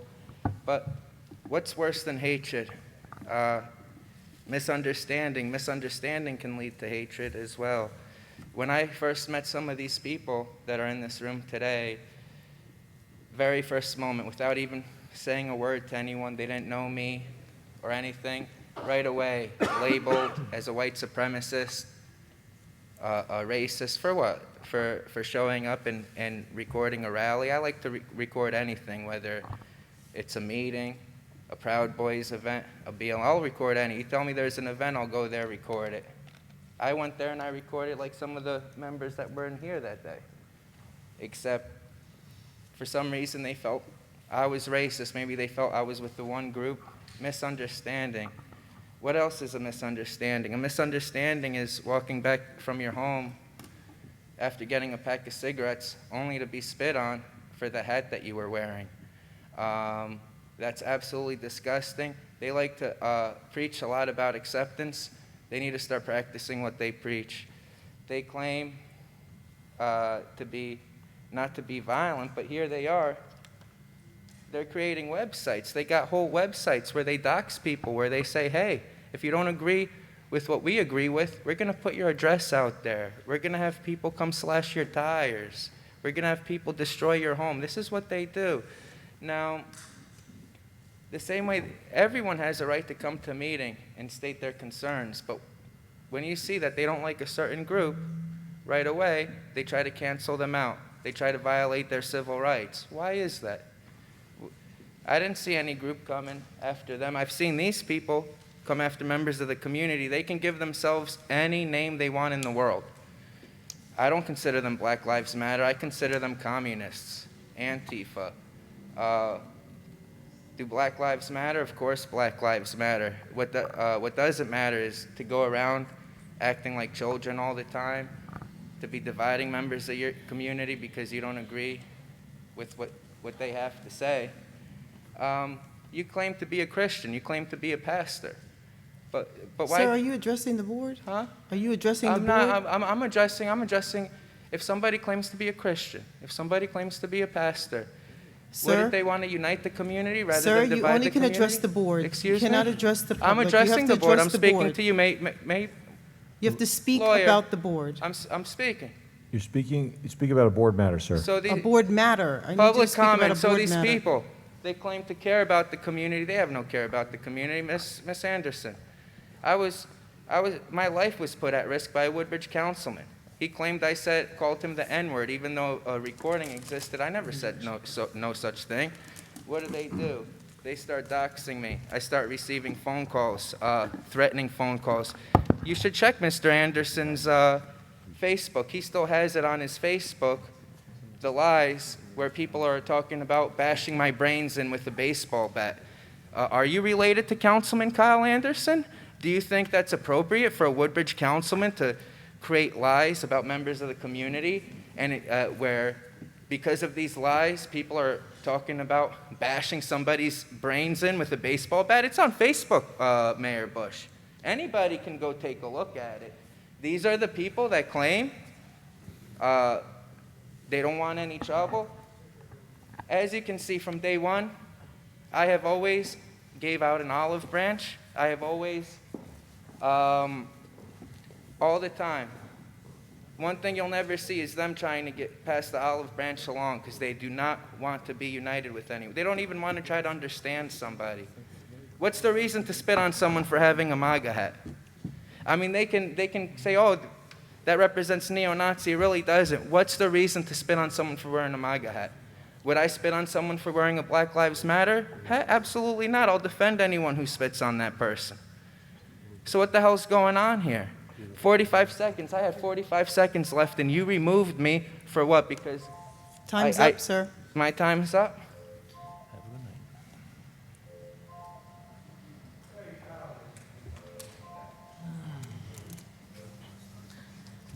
Amber Jarrett, Woodbridge proper. Dr. Massimino touched briefly on the topic of critical race theory. I just want to say I've worked in education my entire professional career, about 20 years now, and the last 10 have been in New Jersey public schools. I have literally never once, as an educator, had a conversation about critical race theory as part of my job, not in a faculty meeting, during curriculum planning, or professional development. And I've done curriculum work, particularly in the area of social studies, every summer for at least the past 5 years. And while I think my district, too, has a lot of progress to make, I would consider the efforts of my district administration to be a little more proactive and progressive than here in Woodbridge, at least from my experiences on the parent side. But even in my district, critical race theory has never been mentioned, not once. In fact, and prior to this year, when I heard the acronym CRT, I thought it was a reference to culturally responsive teaching, which is something that's been around for years. I personally gave my first presentation on promoting cultural awareness and understanding to educators at a conference way back in 2007, so 14 years ago in Kentucky, no less. So CRT has become this absurd boogeyman, an effort filled with misinformation and claims that as a teacher, I'm not sure if I should laugh or cry about it, honestly. It's an effort to stifle much-needed progress in the areas of equity and inclusion, and an effort to create unsubstantiated fear and distrust and division.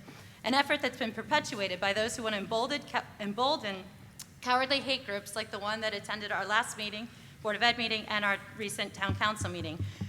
Hate groups that hide their identities behind hats, sunglasses, and gaiters, which is honestly the contemporary version of showing up in a robe and a hood, if you ask me. I wholeheartly respect freedom of speech and expression. I certainly express my own opinions, and I've never shied away from engaging in a conversation with those who oppose with opposing views. But when you decide to attend a public meeting in a hate costume, the intention is not to advocate for or protect the well-being of children, well, certainly not all children. The intention is not to engage in productive dialogue. The intention is to disrupt and intimidate, and it's certainly not something I want for my community. DEI, or whatever acronym you want to use, is not about making white children feel guilty. It's not about turning cisgender, heterosexual children into members of the LGBTQ community. I feel like it's crazy that even you have to say that it doesn't work that way. It's about teaching children to be decent human beings. It's about developing the ability to consider other perspectives and to peacefully resolve conflict. It's about accurately portraying historical events and providing perspectives beyond just the white man's. It's the ability to empathize with others, developing the ability to think critically, and the ability to not only identify instances of injustice in your school and community, but to develop the tools and knowledge needed to push back against that injustice. for all human beings to be seen and heard and valued, for the values of freedom, equality, and justice to actually apply to everybody, for all children to have a voice and access to a safe, high-quality education. I'm actually disappointed in the district's past response at one of the meetings that DEI was a state mandate and one that they have no choice but to implement. It's actually something that's been considered best practice in education for years. Since I've become a teacher, actually, like I said, I presented on it 14 years ago. So the lack of notable progress here is very disheartening. It shouldn't have taken a state mandate or the murder of another person based solely on the color of their skin or their ability or their mental health status or their identity or their religion for change to happen, for schools and community to take action. We have an incredibly diverse population here in Woodbridge, and this is something that should have been happening years ago, because it's what's best for all children and what's best for the future of our society and our democracy.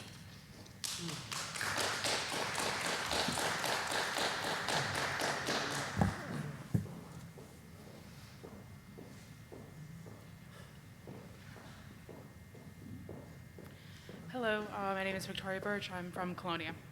Thank you for letting me speak, and thank you for your time. I saw the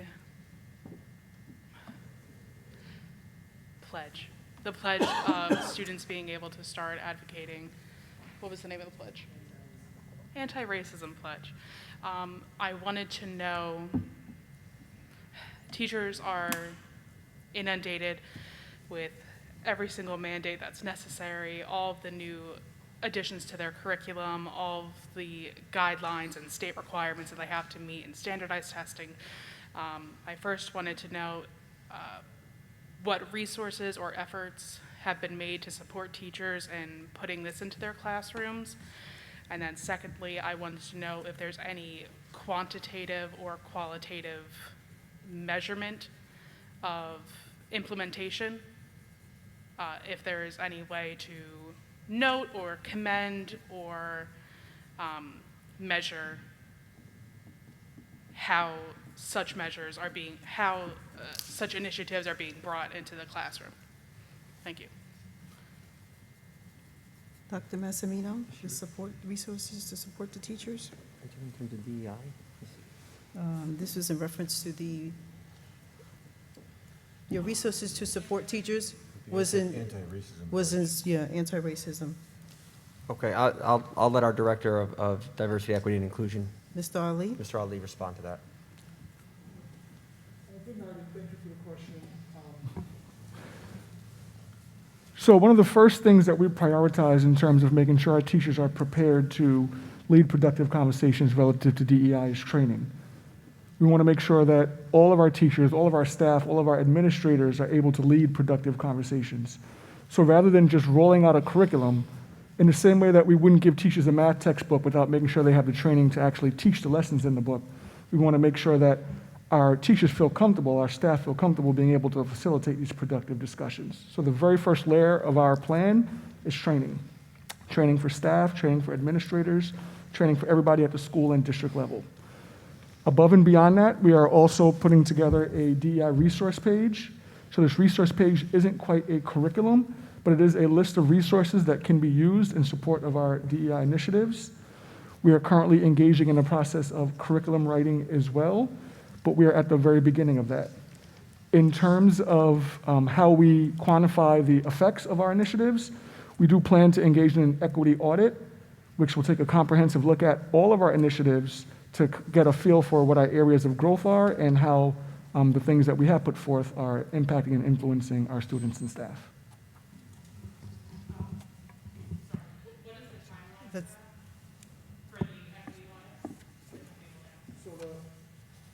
So the equity audit is to occur in year 2. So this first year, we're really focusing on training and also ensuring that we're able to meet the legislative mandate. And then next year, we will have implemented a whole host of things that we'll be able to measure the impact of. Next school year, that is. Yeah. Good evening, Tom Maris, Forge, New Jersey. Look, I know the year's been very long. Tonight has been exceptionally long. So I'll try to be as brief as possible and get through my 5 minutes as quickly as I can. First, I'd like to compliment the board on the last meeting and on tonight's meeting. I found it exceptionally well done. It's really something you might want to use in a civics class because it was the best exchange that I've seen between elected officials and the electorate. And I compliment you on that. I know the last meeting was very long, protracted, a lot of things were discussed, but it was a great open exchange, and I'm glad to see it again tonight. And thank you for that. It's actually the way it should be, and I hope it will continue as we go forward in the years, months to come. I have several things I want to bring up. We've heard about the Proud Boys being at a couple of meetings. Yes, they were. As far as I know, they committed no offenses. They offended no one. They didn't disturb anyone. They have as much right to be here as I do, or anybody else that's here from any other group, as long as they do not disrespect the institution, and that they create no problems. They have opinions. They're entitled to express them the same way that the Black Lives Matter or anybody else can come here and express them as it relates to the education or the benefit of the community. Excuse me, sir. Can you pause his time for a second? Can you pause his time? Oh. You have to put your mask on, sir. Okay.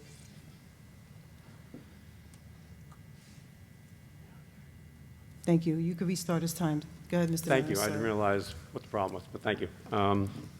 Yes, where was I? So anyway, enough said on it. I think if anybody really is interested what transpired at the school board meeting the last time or the recent town council meeting from Tuesday night, just go online. You'll find it. You can see for yourselves, make your own judgments. But again, we're looking to keep harmony within the community. And as far as accusations about racism or anything else in this town, I've lived in this town longer than most of these people, twice their age. I have not found a racial problem in this town. And I don't need anybody here creating one either. I think they're looking for a home to create it. That's my personal opinion. Unless the school can specifically point out instances where you think we have a real racial issue, I would like to know if that's true and how that happened and how it was handled. Otherwise, yes, I think throughout the nation we have to continue to strive to make sure that there's fair, equitable treatment to everybody, regardless of race, creed, or color. That's what this country is built on. So I don't need any one group saying that the other group's bad or this. Do the right thing for your community, do the right thing for the kids, do the right thing for the country. But let me get into some of the things that I'm concerned about locally with the school. As you may well know, there's going to be 94 apartments going up right across from Ross Street School now. There's going to be a parking lot for 250 cars adjacent to that. How is the school going to handle that? I'd like to know when the school sold that property and to whom and for what valuation, and who did the appraisal on the property before the sale was consummated.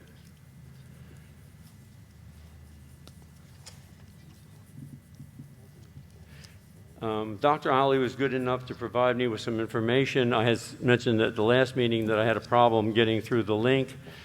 Peggy was good enough to send me an updated version of it. I was able to get through, and I found the document that Mr. Ali had referred to, taking action on racial equality, equity, and justice. It's a very interesting read, but because it is such an interesting read, it brings up many questions.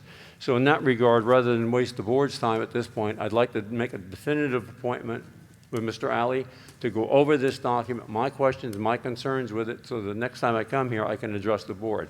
Now, I've asked to have an appointment with you before, and now I've yet to have one.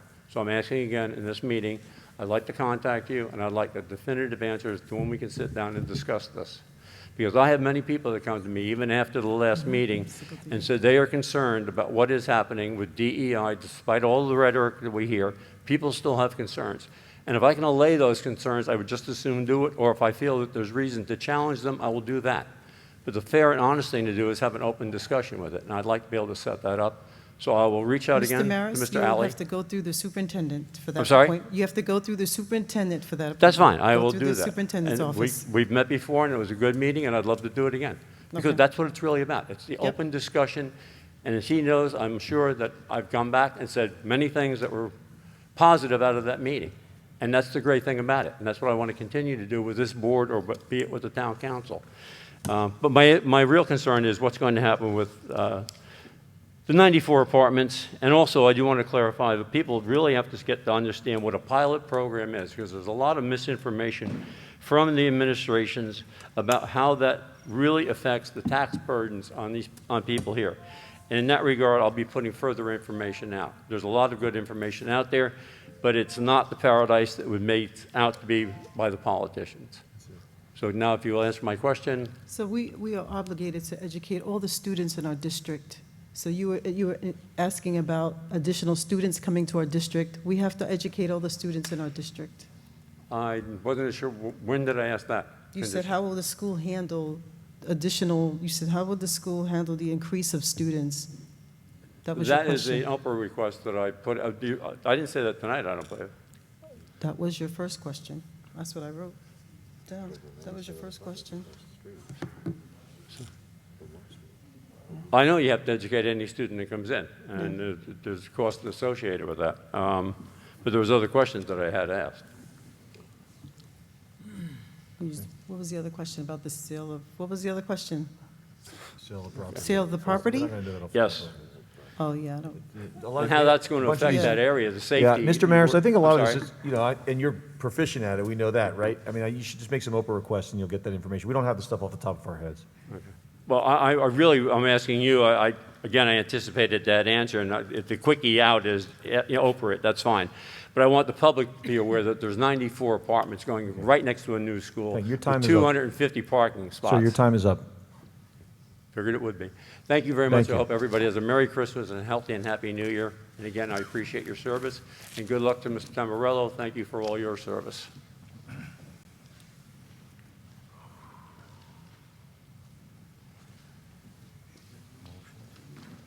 Good evening, everyone. I'm Gina Frazier, Port Reading. Here to, I know there's been a lot of pushback about the DEI. Excuse me, ma'am. Excuse me. Can you just pause for time for a sec? Sir, you have to put the mask over your nose and mouth. We talked about this, sir. It doesn't, sir. Then you can watch the meeting on the live stream if you'd like, because You can't be in here with the mask off. Christo, please don't test us. We want you here. We want you here, sir. We want you here, but you have to have your mask on. We are required by law to enforce this rule. You have to have your mask on. Everybody else here is wearing their mask. We talked about this already, sir. Please, you don't need to make this night more exciting than necessary. Just put your mask on, please. All the way up above your nose. So then you have to leave. You have to have your mask on.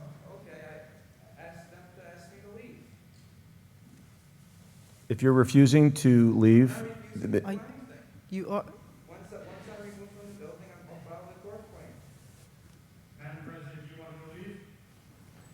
If he doesn't have his mask on, he has to leave. This is your last chance, sir.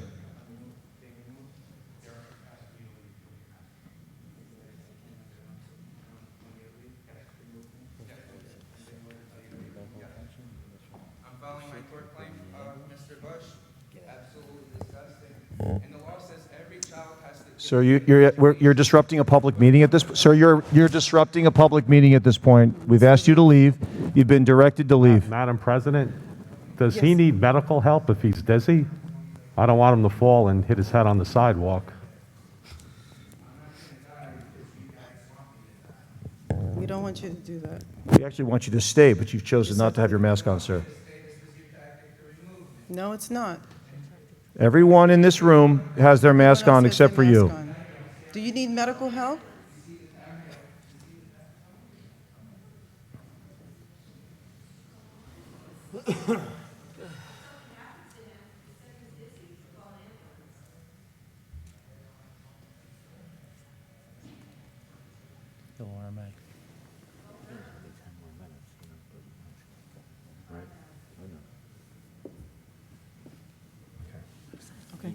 You can resume your time.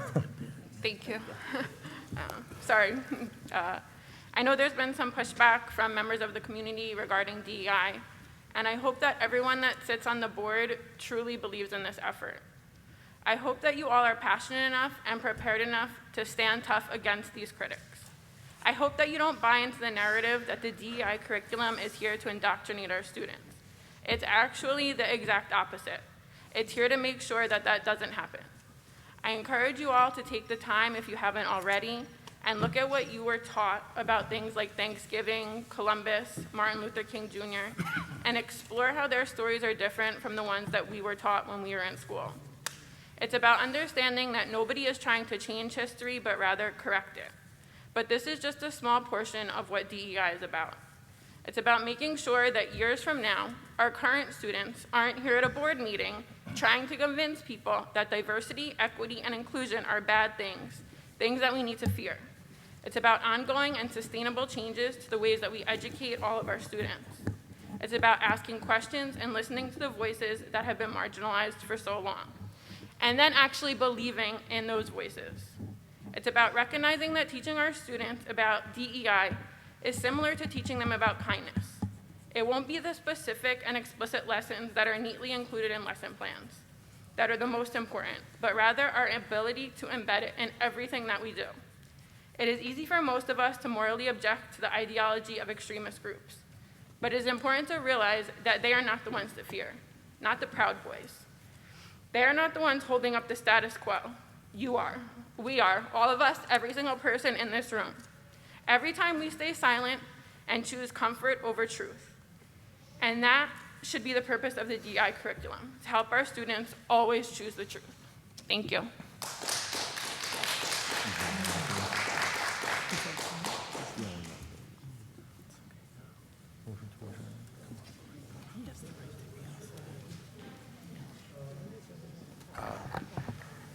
John Rotaric, Woodbridge, and I'll make a couple of questions and comment.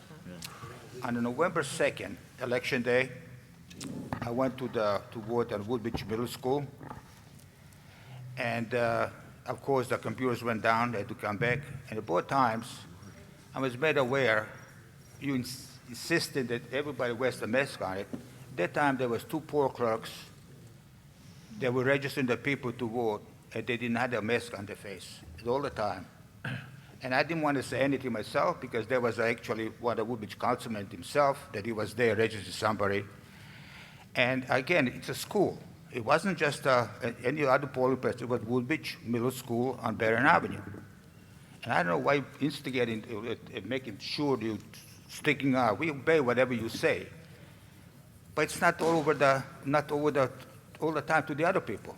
What made a difference that day, those people did not have to wear a mask on it, and everybody else will do it over here. Okay, enough on that. We want to talk about the, last time at a meeting, I asked Dr. Misdemeanor, how many students do we have at Woodbridge schools this year? And he was said some north of 14,000.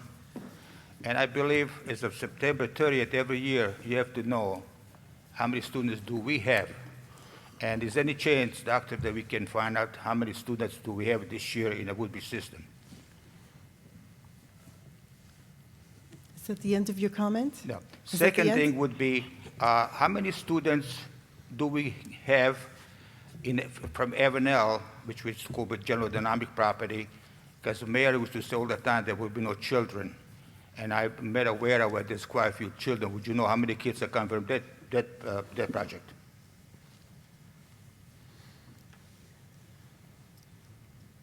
Okay.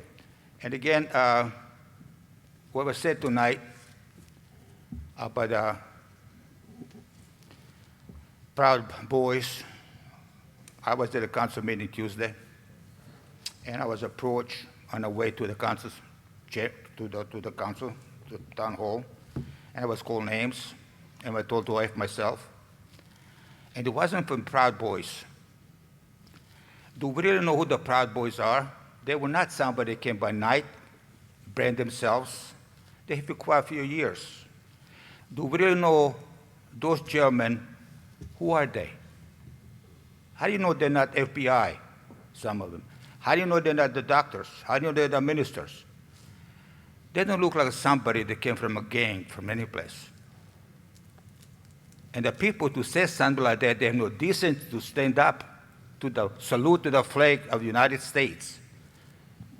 And they're going to tell us what to do. They'll tell them not to be prejudiced.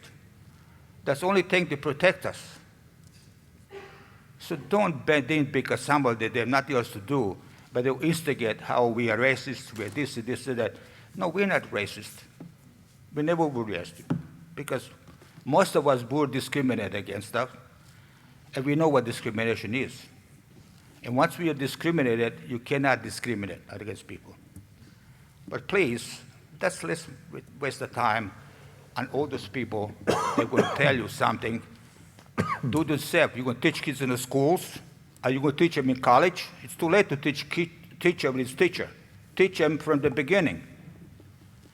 You're just wasting your time, because us as parents and grandparents, I don't want Mr. Jimmy Borowski teach my children. Thank God he's not a Woodbridge teacher, because if we don't teach like him with Woodbridge, I hope we don't.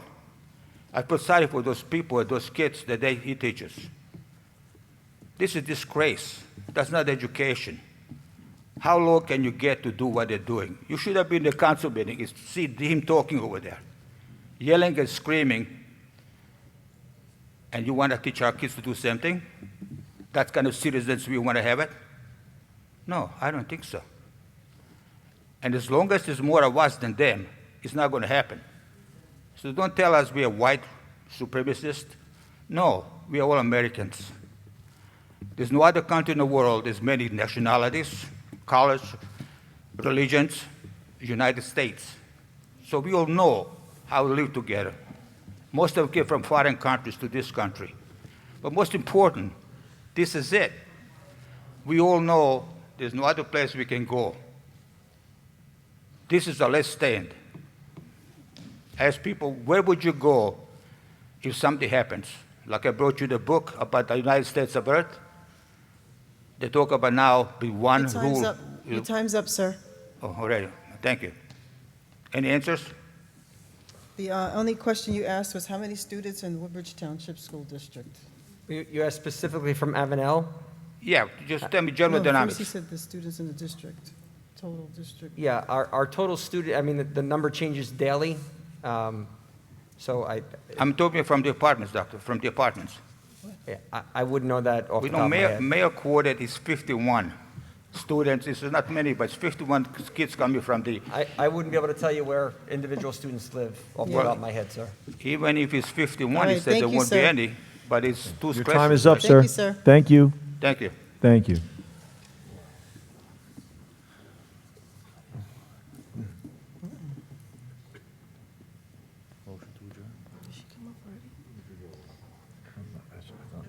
Not in this part. Time starting. I'm going to try not to take the full 5 minutes, because everybody here pretty much said before me what I was going to say about I don't even like calling the peanut butter and jelly, the PBs, what they stand for. State your name, state your name. Stacy Greg Rockaway. The reason I wasn't going to get up, and then a statement was said that they, Proud Boys at the council and at the last board meeting didn't offend anybody. So there's a reason that person doesn't understand what offense is and what was taken. If you're a white male in the United States right now, it hasn't been an issue for you. But for everyone else, every single woman, every single race other than white, we have had issues with the last president. So of course they didn't see any offense. Just like the person who came and tried to apologize and was let out tonight didn't see any offense that I took to the Confederate flag. I'm a Polish Jew as far as my background. I was second generation American, but my family's from Poland. My maiden name is Kohn, K-O-H-N. The gentleman, very nice elderly man, white male in our country with a heavy German accent, as my grandfather had. They were from Russia and Poland, Germany. Didn't seem to be aware that the second he got up to speak, within a sentence or two, the Proud Boys, who he wasn't offended by, walked out. There's a reason they walked out. It takes a little bit of effort sometimes to bear with everyone that's speaking and to listen carefully and try and figure out what they're saying. And tonight I was very, very proud of this board. I think you conducted yourselves very, very professionally. You handled this meeting. I know you had to be anticipating a bad night tonight or a challenging night, and I'm very grateful that this was not an evening, God bless you, that will live forever in Woodbridge's history as an infamous night. This was a night where love and the community came out, and we were ready to take on Nazism. We were ready to take on a group that is known as a hate group, and I don't have to go over it over and over again, but I was very proud of you. I was very proud to be in the company of the people I was with. And I had in here about a wish that the school board, but I have a feeling you're doing this already because of what I heard from the NAACP member that spoke and congratulated the student who won the honor tonight. But I was hoping that your school board would teach, that you would recommend that all the students in your district were educated at an appropriate age in their studies about hate groups in all its ugliness, including the groups that they can go volunteer for, participate with, and learn from, such as the NAACP, the Southern Poverty Law Center, and the Anti-Defamation League. And there's wonderful courses that they will come into the district and actually teach the community. I didn't know what some of the symbolism was until 3 years ago when I took a course that was taught by the Southern Poverty Law Center along with the police and the community. And then we noticed it in Bedminster, things that were put up there. So the history of these signs, can I have a time check? Because I'll stop. Okay, good. I'll take 30 seconds. I won't take my full 5. So the signs that you see here tonight, Stop Racism, is from a feminist organization with the Proud Boys Are Against, National Organization for Women. And these signs are historic with school boards all over the state of New Jersey. In 2005, when my child started kindergarten, I went around and I confronted a lot of school boards and got them to change, and I made friends with people, but we got them to vote for celebrating Martin Luther King on a district level, so the majority of the schools. So these signs made their way around. They've also been at a lot of protests, a lot of activism, a lot of groups. They showed up when we had in our state for family leave and for equal pay for your mothers, daughters, and wives. And, feminism goes back for the women the right to vote. And the group that showed up was associated with people yelling, "Jews will not replace us with torches." So I know a lot of that was touched on tonight. I don't have to go back there, but I'm very proud of you. I'm proud of this community, and I'm glad that tonight will be a night to remember, to rejoice about the night that we were all ready to face them and fight Nazism. Thank you.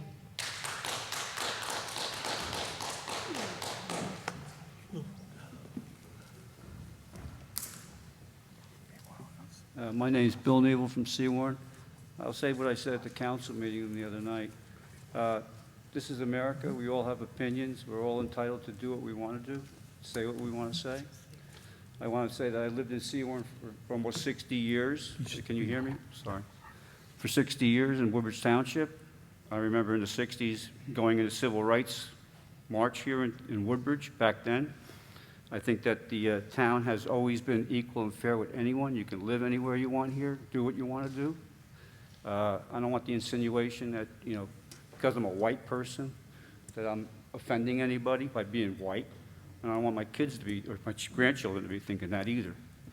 So I think sometimes the way that we express ourselves or try to say that one person's better than the other or that you're all wrong, history is wrong, you've got to tear it down and change it all over again, it's wrong. I think that we should be going ahead, not backwards. And that's where we're heading with this kind of identity politics. Thank you.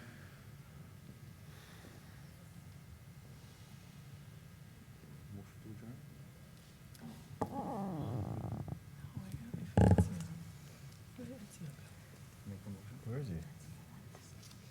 I think he's at the restaurant. Oh, okay. Oh, that's it. Thank you. Good timing.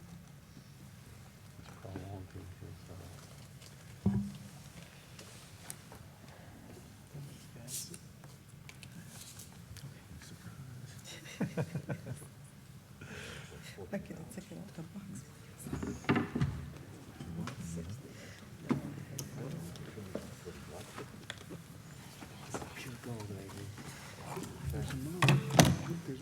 At this time, I would like to take a moment to acknowledge Mr. Ezio Tamburello, since this will be his last board meeting.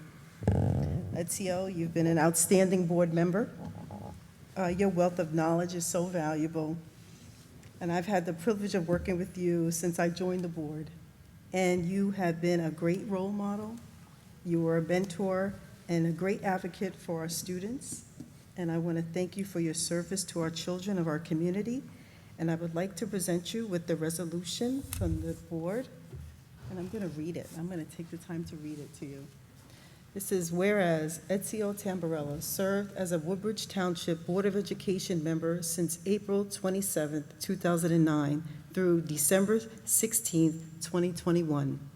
And whereas Ezio Tamburello served faithfully and diligently as a board member during the period of his tenure in office, and whereas Ezio Tamburello performed valuable services to the board and to the public in the formulation of policy and academic programs and for the improvement of classroom facilities, athletics, and extracurricular activities within the school district. And whereas Ezio Tamburello gave unstintingly of his time, effort, and ability in assisting the board in its efforts to provide all stakeholders with a thorough and robust education.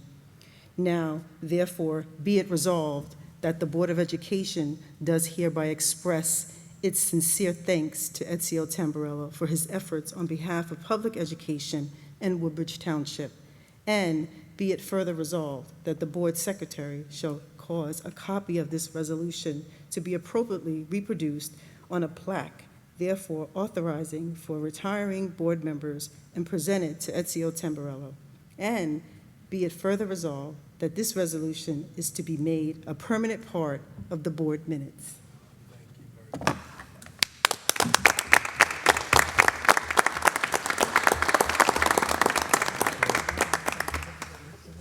Everybody stand up, shake his hand, like we do when we get resolutions up.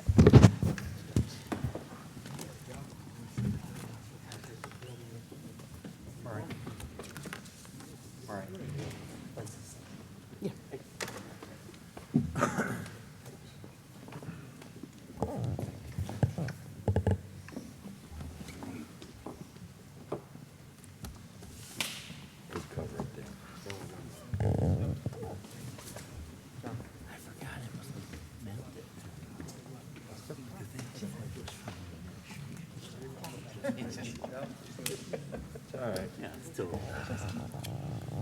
Madam President, Mr. Moore. I just want to thank Ezio for your service to this township. I want to thank you for your friendship. You know, we've been serving together for a very long time. And I know tonight the public talked about tonight's meeting being long. You know, we don't mind long meetings. We've been doing this for a number of years, and we've had long meetings before, and that's what we do here, to listen to the public, what they have to say. You know, right now it's race relations and the teaching we do in school. You know, in years past, it was water balloon fights, it was the redistricting of the whole school district, and we're here to serve. And Ezio, you sat through a lot of this and your leadership, and this is how the school system evolved since 2009 when you were first elected. So I just want to say best of luck to you. Enjoy your free time, and just thank you for your friendship and your service to Woodbridge.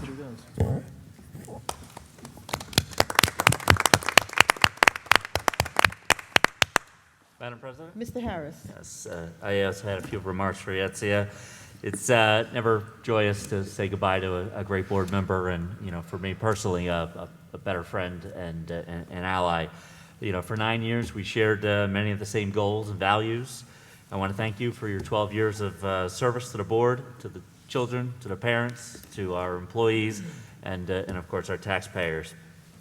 During your service, you primarily served on the Finance and Insurance and the Buildings and Grounds Committees, and you proved an invaluable resource to us on the board for your engineering and construction, your construction project manager experience. That professional expertise will be truly missed. You were instrumental in your years of service to the Negotiations Committee, educating fellow board members with a history and a context for future negotiations. Your steady demeanor has allowed for continued labor peace and mutual respect with our district's many bargaining units. Since you're not the type to brag about your accomplishments, I'd figure I'd do some for you. You served 2 terms as president. Having served one myself, a couple of us have also served as president, and we know the level of commitment, the stress, and the time that goes into such a role. Thank you. As an engineer yourself, you were enormously important in encouraging the next generation of engineers, and is why you successfully fought to ensure that engineering is taught at all 3 high schools. When we had a surprise school aid allotment dropped on us in the summer of 2018-2019, instantaneously you said we should divide it up a third to property tax relief, to the school budget, and to future uses. During your time here, we've upgraded our sports and arts facilities. During your time as president, following your second term as president, following the tragic Sandy Hook elementary school shootings, you had successfully implemented the Safety and Security Committee, which had only a short time before you had become president, did we hire a security coordinator, and that has since evolved into much more, and our school district is better for it. During your time, you also increased shared services and middle school activities. I remember when your children were going through middle school, you knew of some of the things that were missing, and you advocated for those things. Together, you and I teamed up to ensure during one budget season that our district at the time had 3 student assistance counselors. They're sort of behavioral health counselors, substance abuse counselors, just sort of, mental health supporters in our district. At the time, we only had 3 between our middle school and high schools.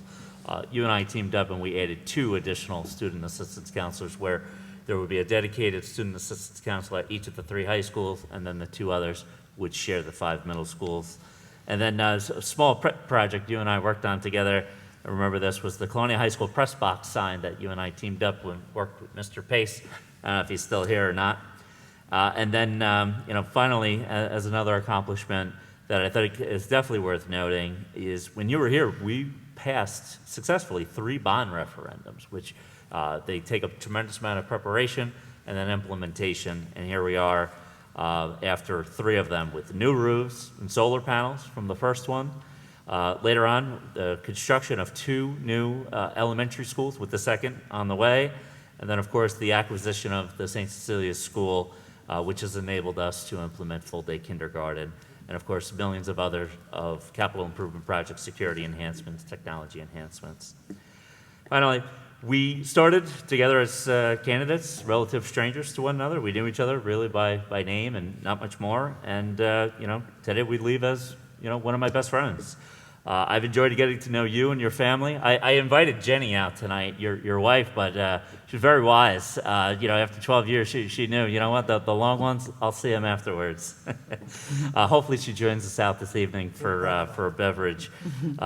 This isn't goodbye. I expect you will continue to follow our district progress, and please don't shy away from offering your invaluable experience that you gathered over the past 12 years. Thank you for your service, Ezio. Thank you, Dan. Thank you. Oh. Your board colleagues and I, we purchased a plaque for you to go on your wall, your office, wherever you'd like to hold it. It's got a gavel here to remind you of your years as president. Thank you again.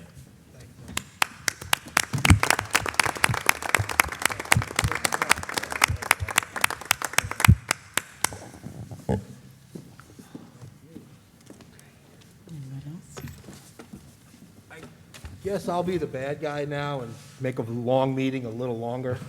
I apologize in advance. I do have some prepared comments, but first of all, thank you. I wasn't expecting this. I sincerely wasn't expecting this. I think me and Brian Molnar were talking about, hey, you're going to get a watch or something. I'm like, no, I'm just going to roll off into the sunset. We're good, But thank you, Madam President, certainly, and thank you for the plaques to my fellow board members. Like we've been discussing tonight, is my last board meeting, and so I do appreciate having a little time to say some of the thank yous and maybe reminisce about my tenure a little bit, so bear with me. There's several ways to leave public life, and not all of them are good, quite frankly, by the way. For example, voters could get sick of you and vote you out of office. You may fall out of favor with a political party or your core supporters, and they choose to back somebody else. Or, God forbid, you could be forced to resign as a result of some sort of scandal. Or you could retire in good standing with your reputation, credibility, intact. And tonight, that's the path that I have chosen. This is the right time for me to leave. Having served 12 plus years on the board, I needed to focus on some other things. But I am extremely proud of my service to Woodbridge Township, and I can honestly say that I've had a positive influence on the board, I hope, and that more importantly, I can sincerely call myself a public servant. There are always things you wish you could have done more for. There's always things you wish you could have changed. Dan, you mentioned a few of them. I wish we could have done more on tax relief and maybe some more on test scores, but as the rest of the board, we do our best, and I think I've done my best for both the student and the taxpayer. But this is a bittersweet moment because on one hand, I know the time is right, but on the other hand, I'm not sure if I will miss my duties and maybe having a small role in developing and educating our future leaders. Only time will tell. But I leave with a full heart, open eyes, and a clear conscience.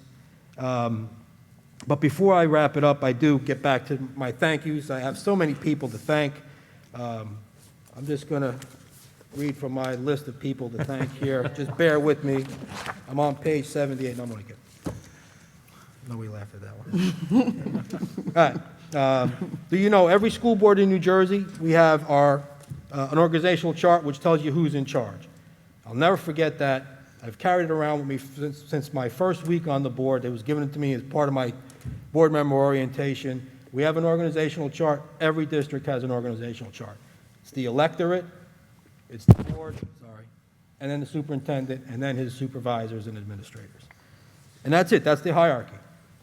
The electorate, the board, and the superintendent. And both sides of the table should never forget that. So my first group of people, first and foremost, that I want to thank tonight are obviously the voters that put us all here, the voters who have their trust and faith in us that we can make decisions on their behalf.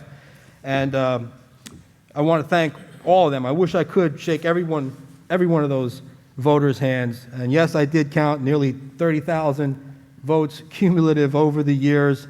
And I started in prehistoric times when we had some April elections when there was not a lot of turnout. So I'm very appreciative of that. Every one of my elections have been a humbling experience for me. I considered it the ultimate honor to have a friend or a neighbor or even a stranger leave their house, and this was before vote by mail or absentee ballots. You'd have to leave your house and go pull a lever for you because somehow you've earned their trust and the folks know you have their back. And you all, the voters of Woodbridge Township, you will never know how much that means to me and how much I appreciate it.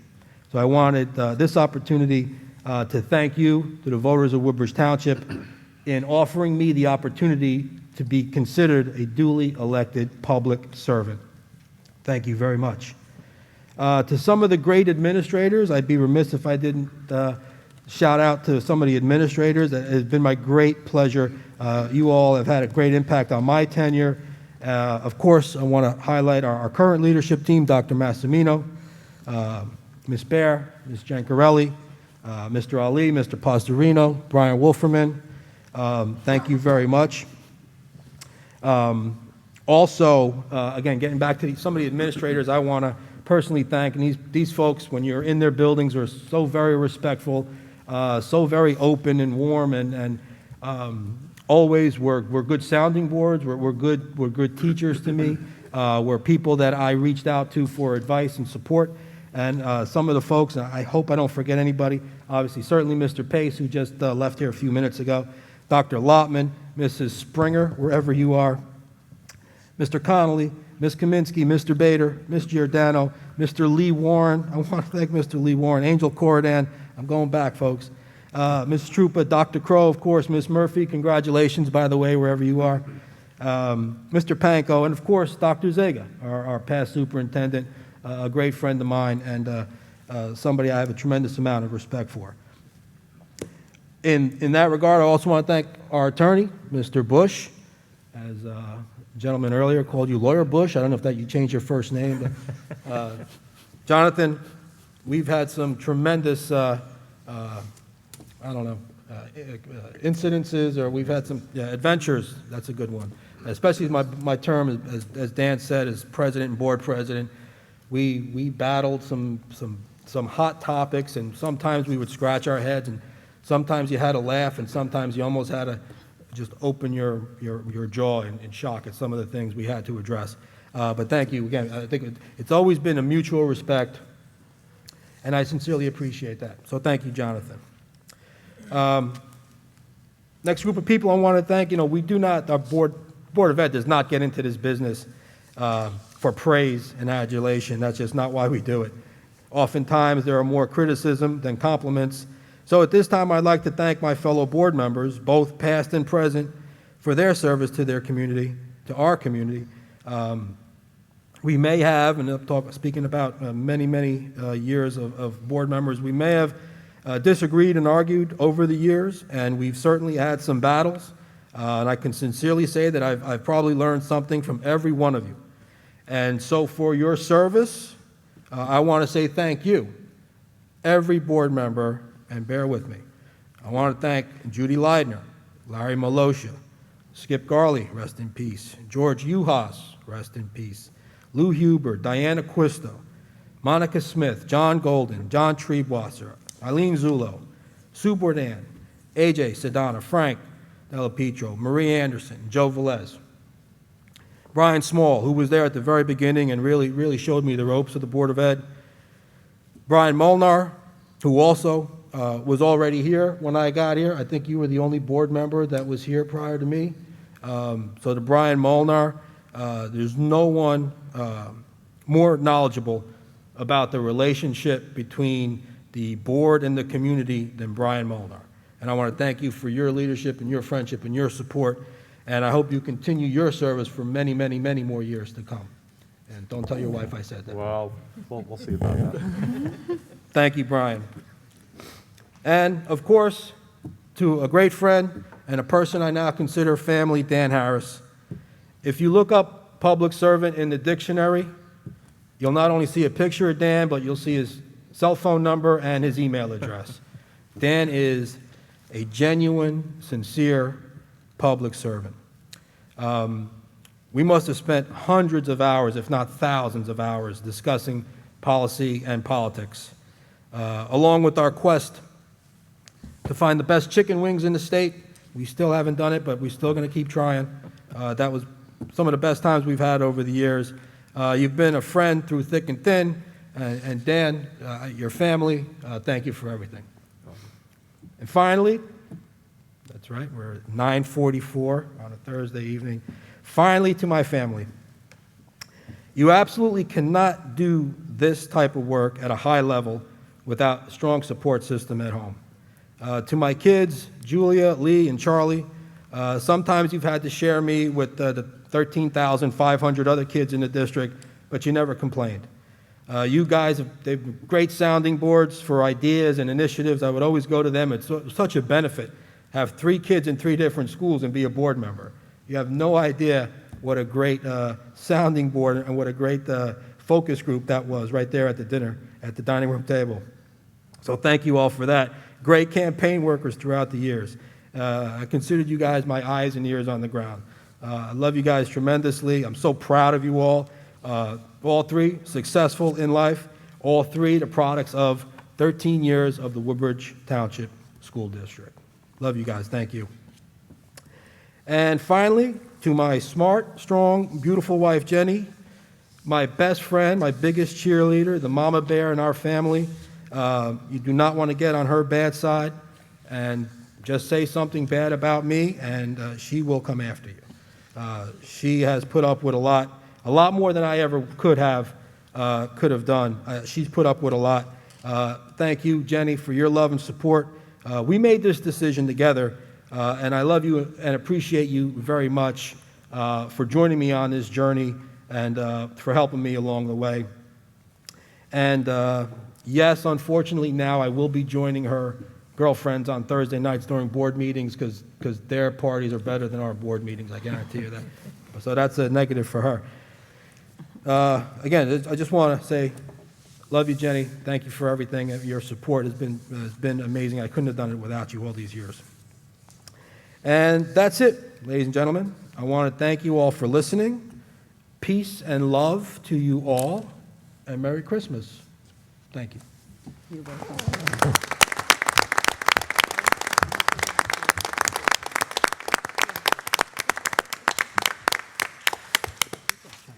Okay, so with that, I want to wish everyone a happy and safe holiday season, and the chair will entertain a motion to adjourn. So motion? I have a motion by Mr. Molnar. Seconded by Mr. Delapietro. All in favor? Aye. Any opposed? Meeting is adjourned.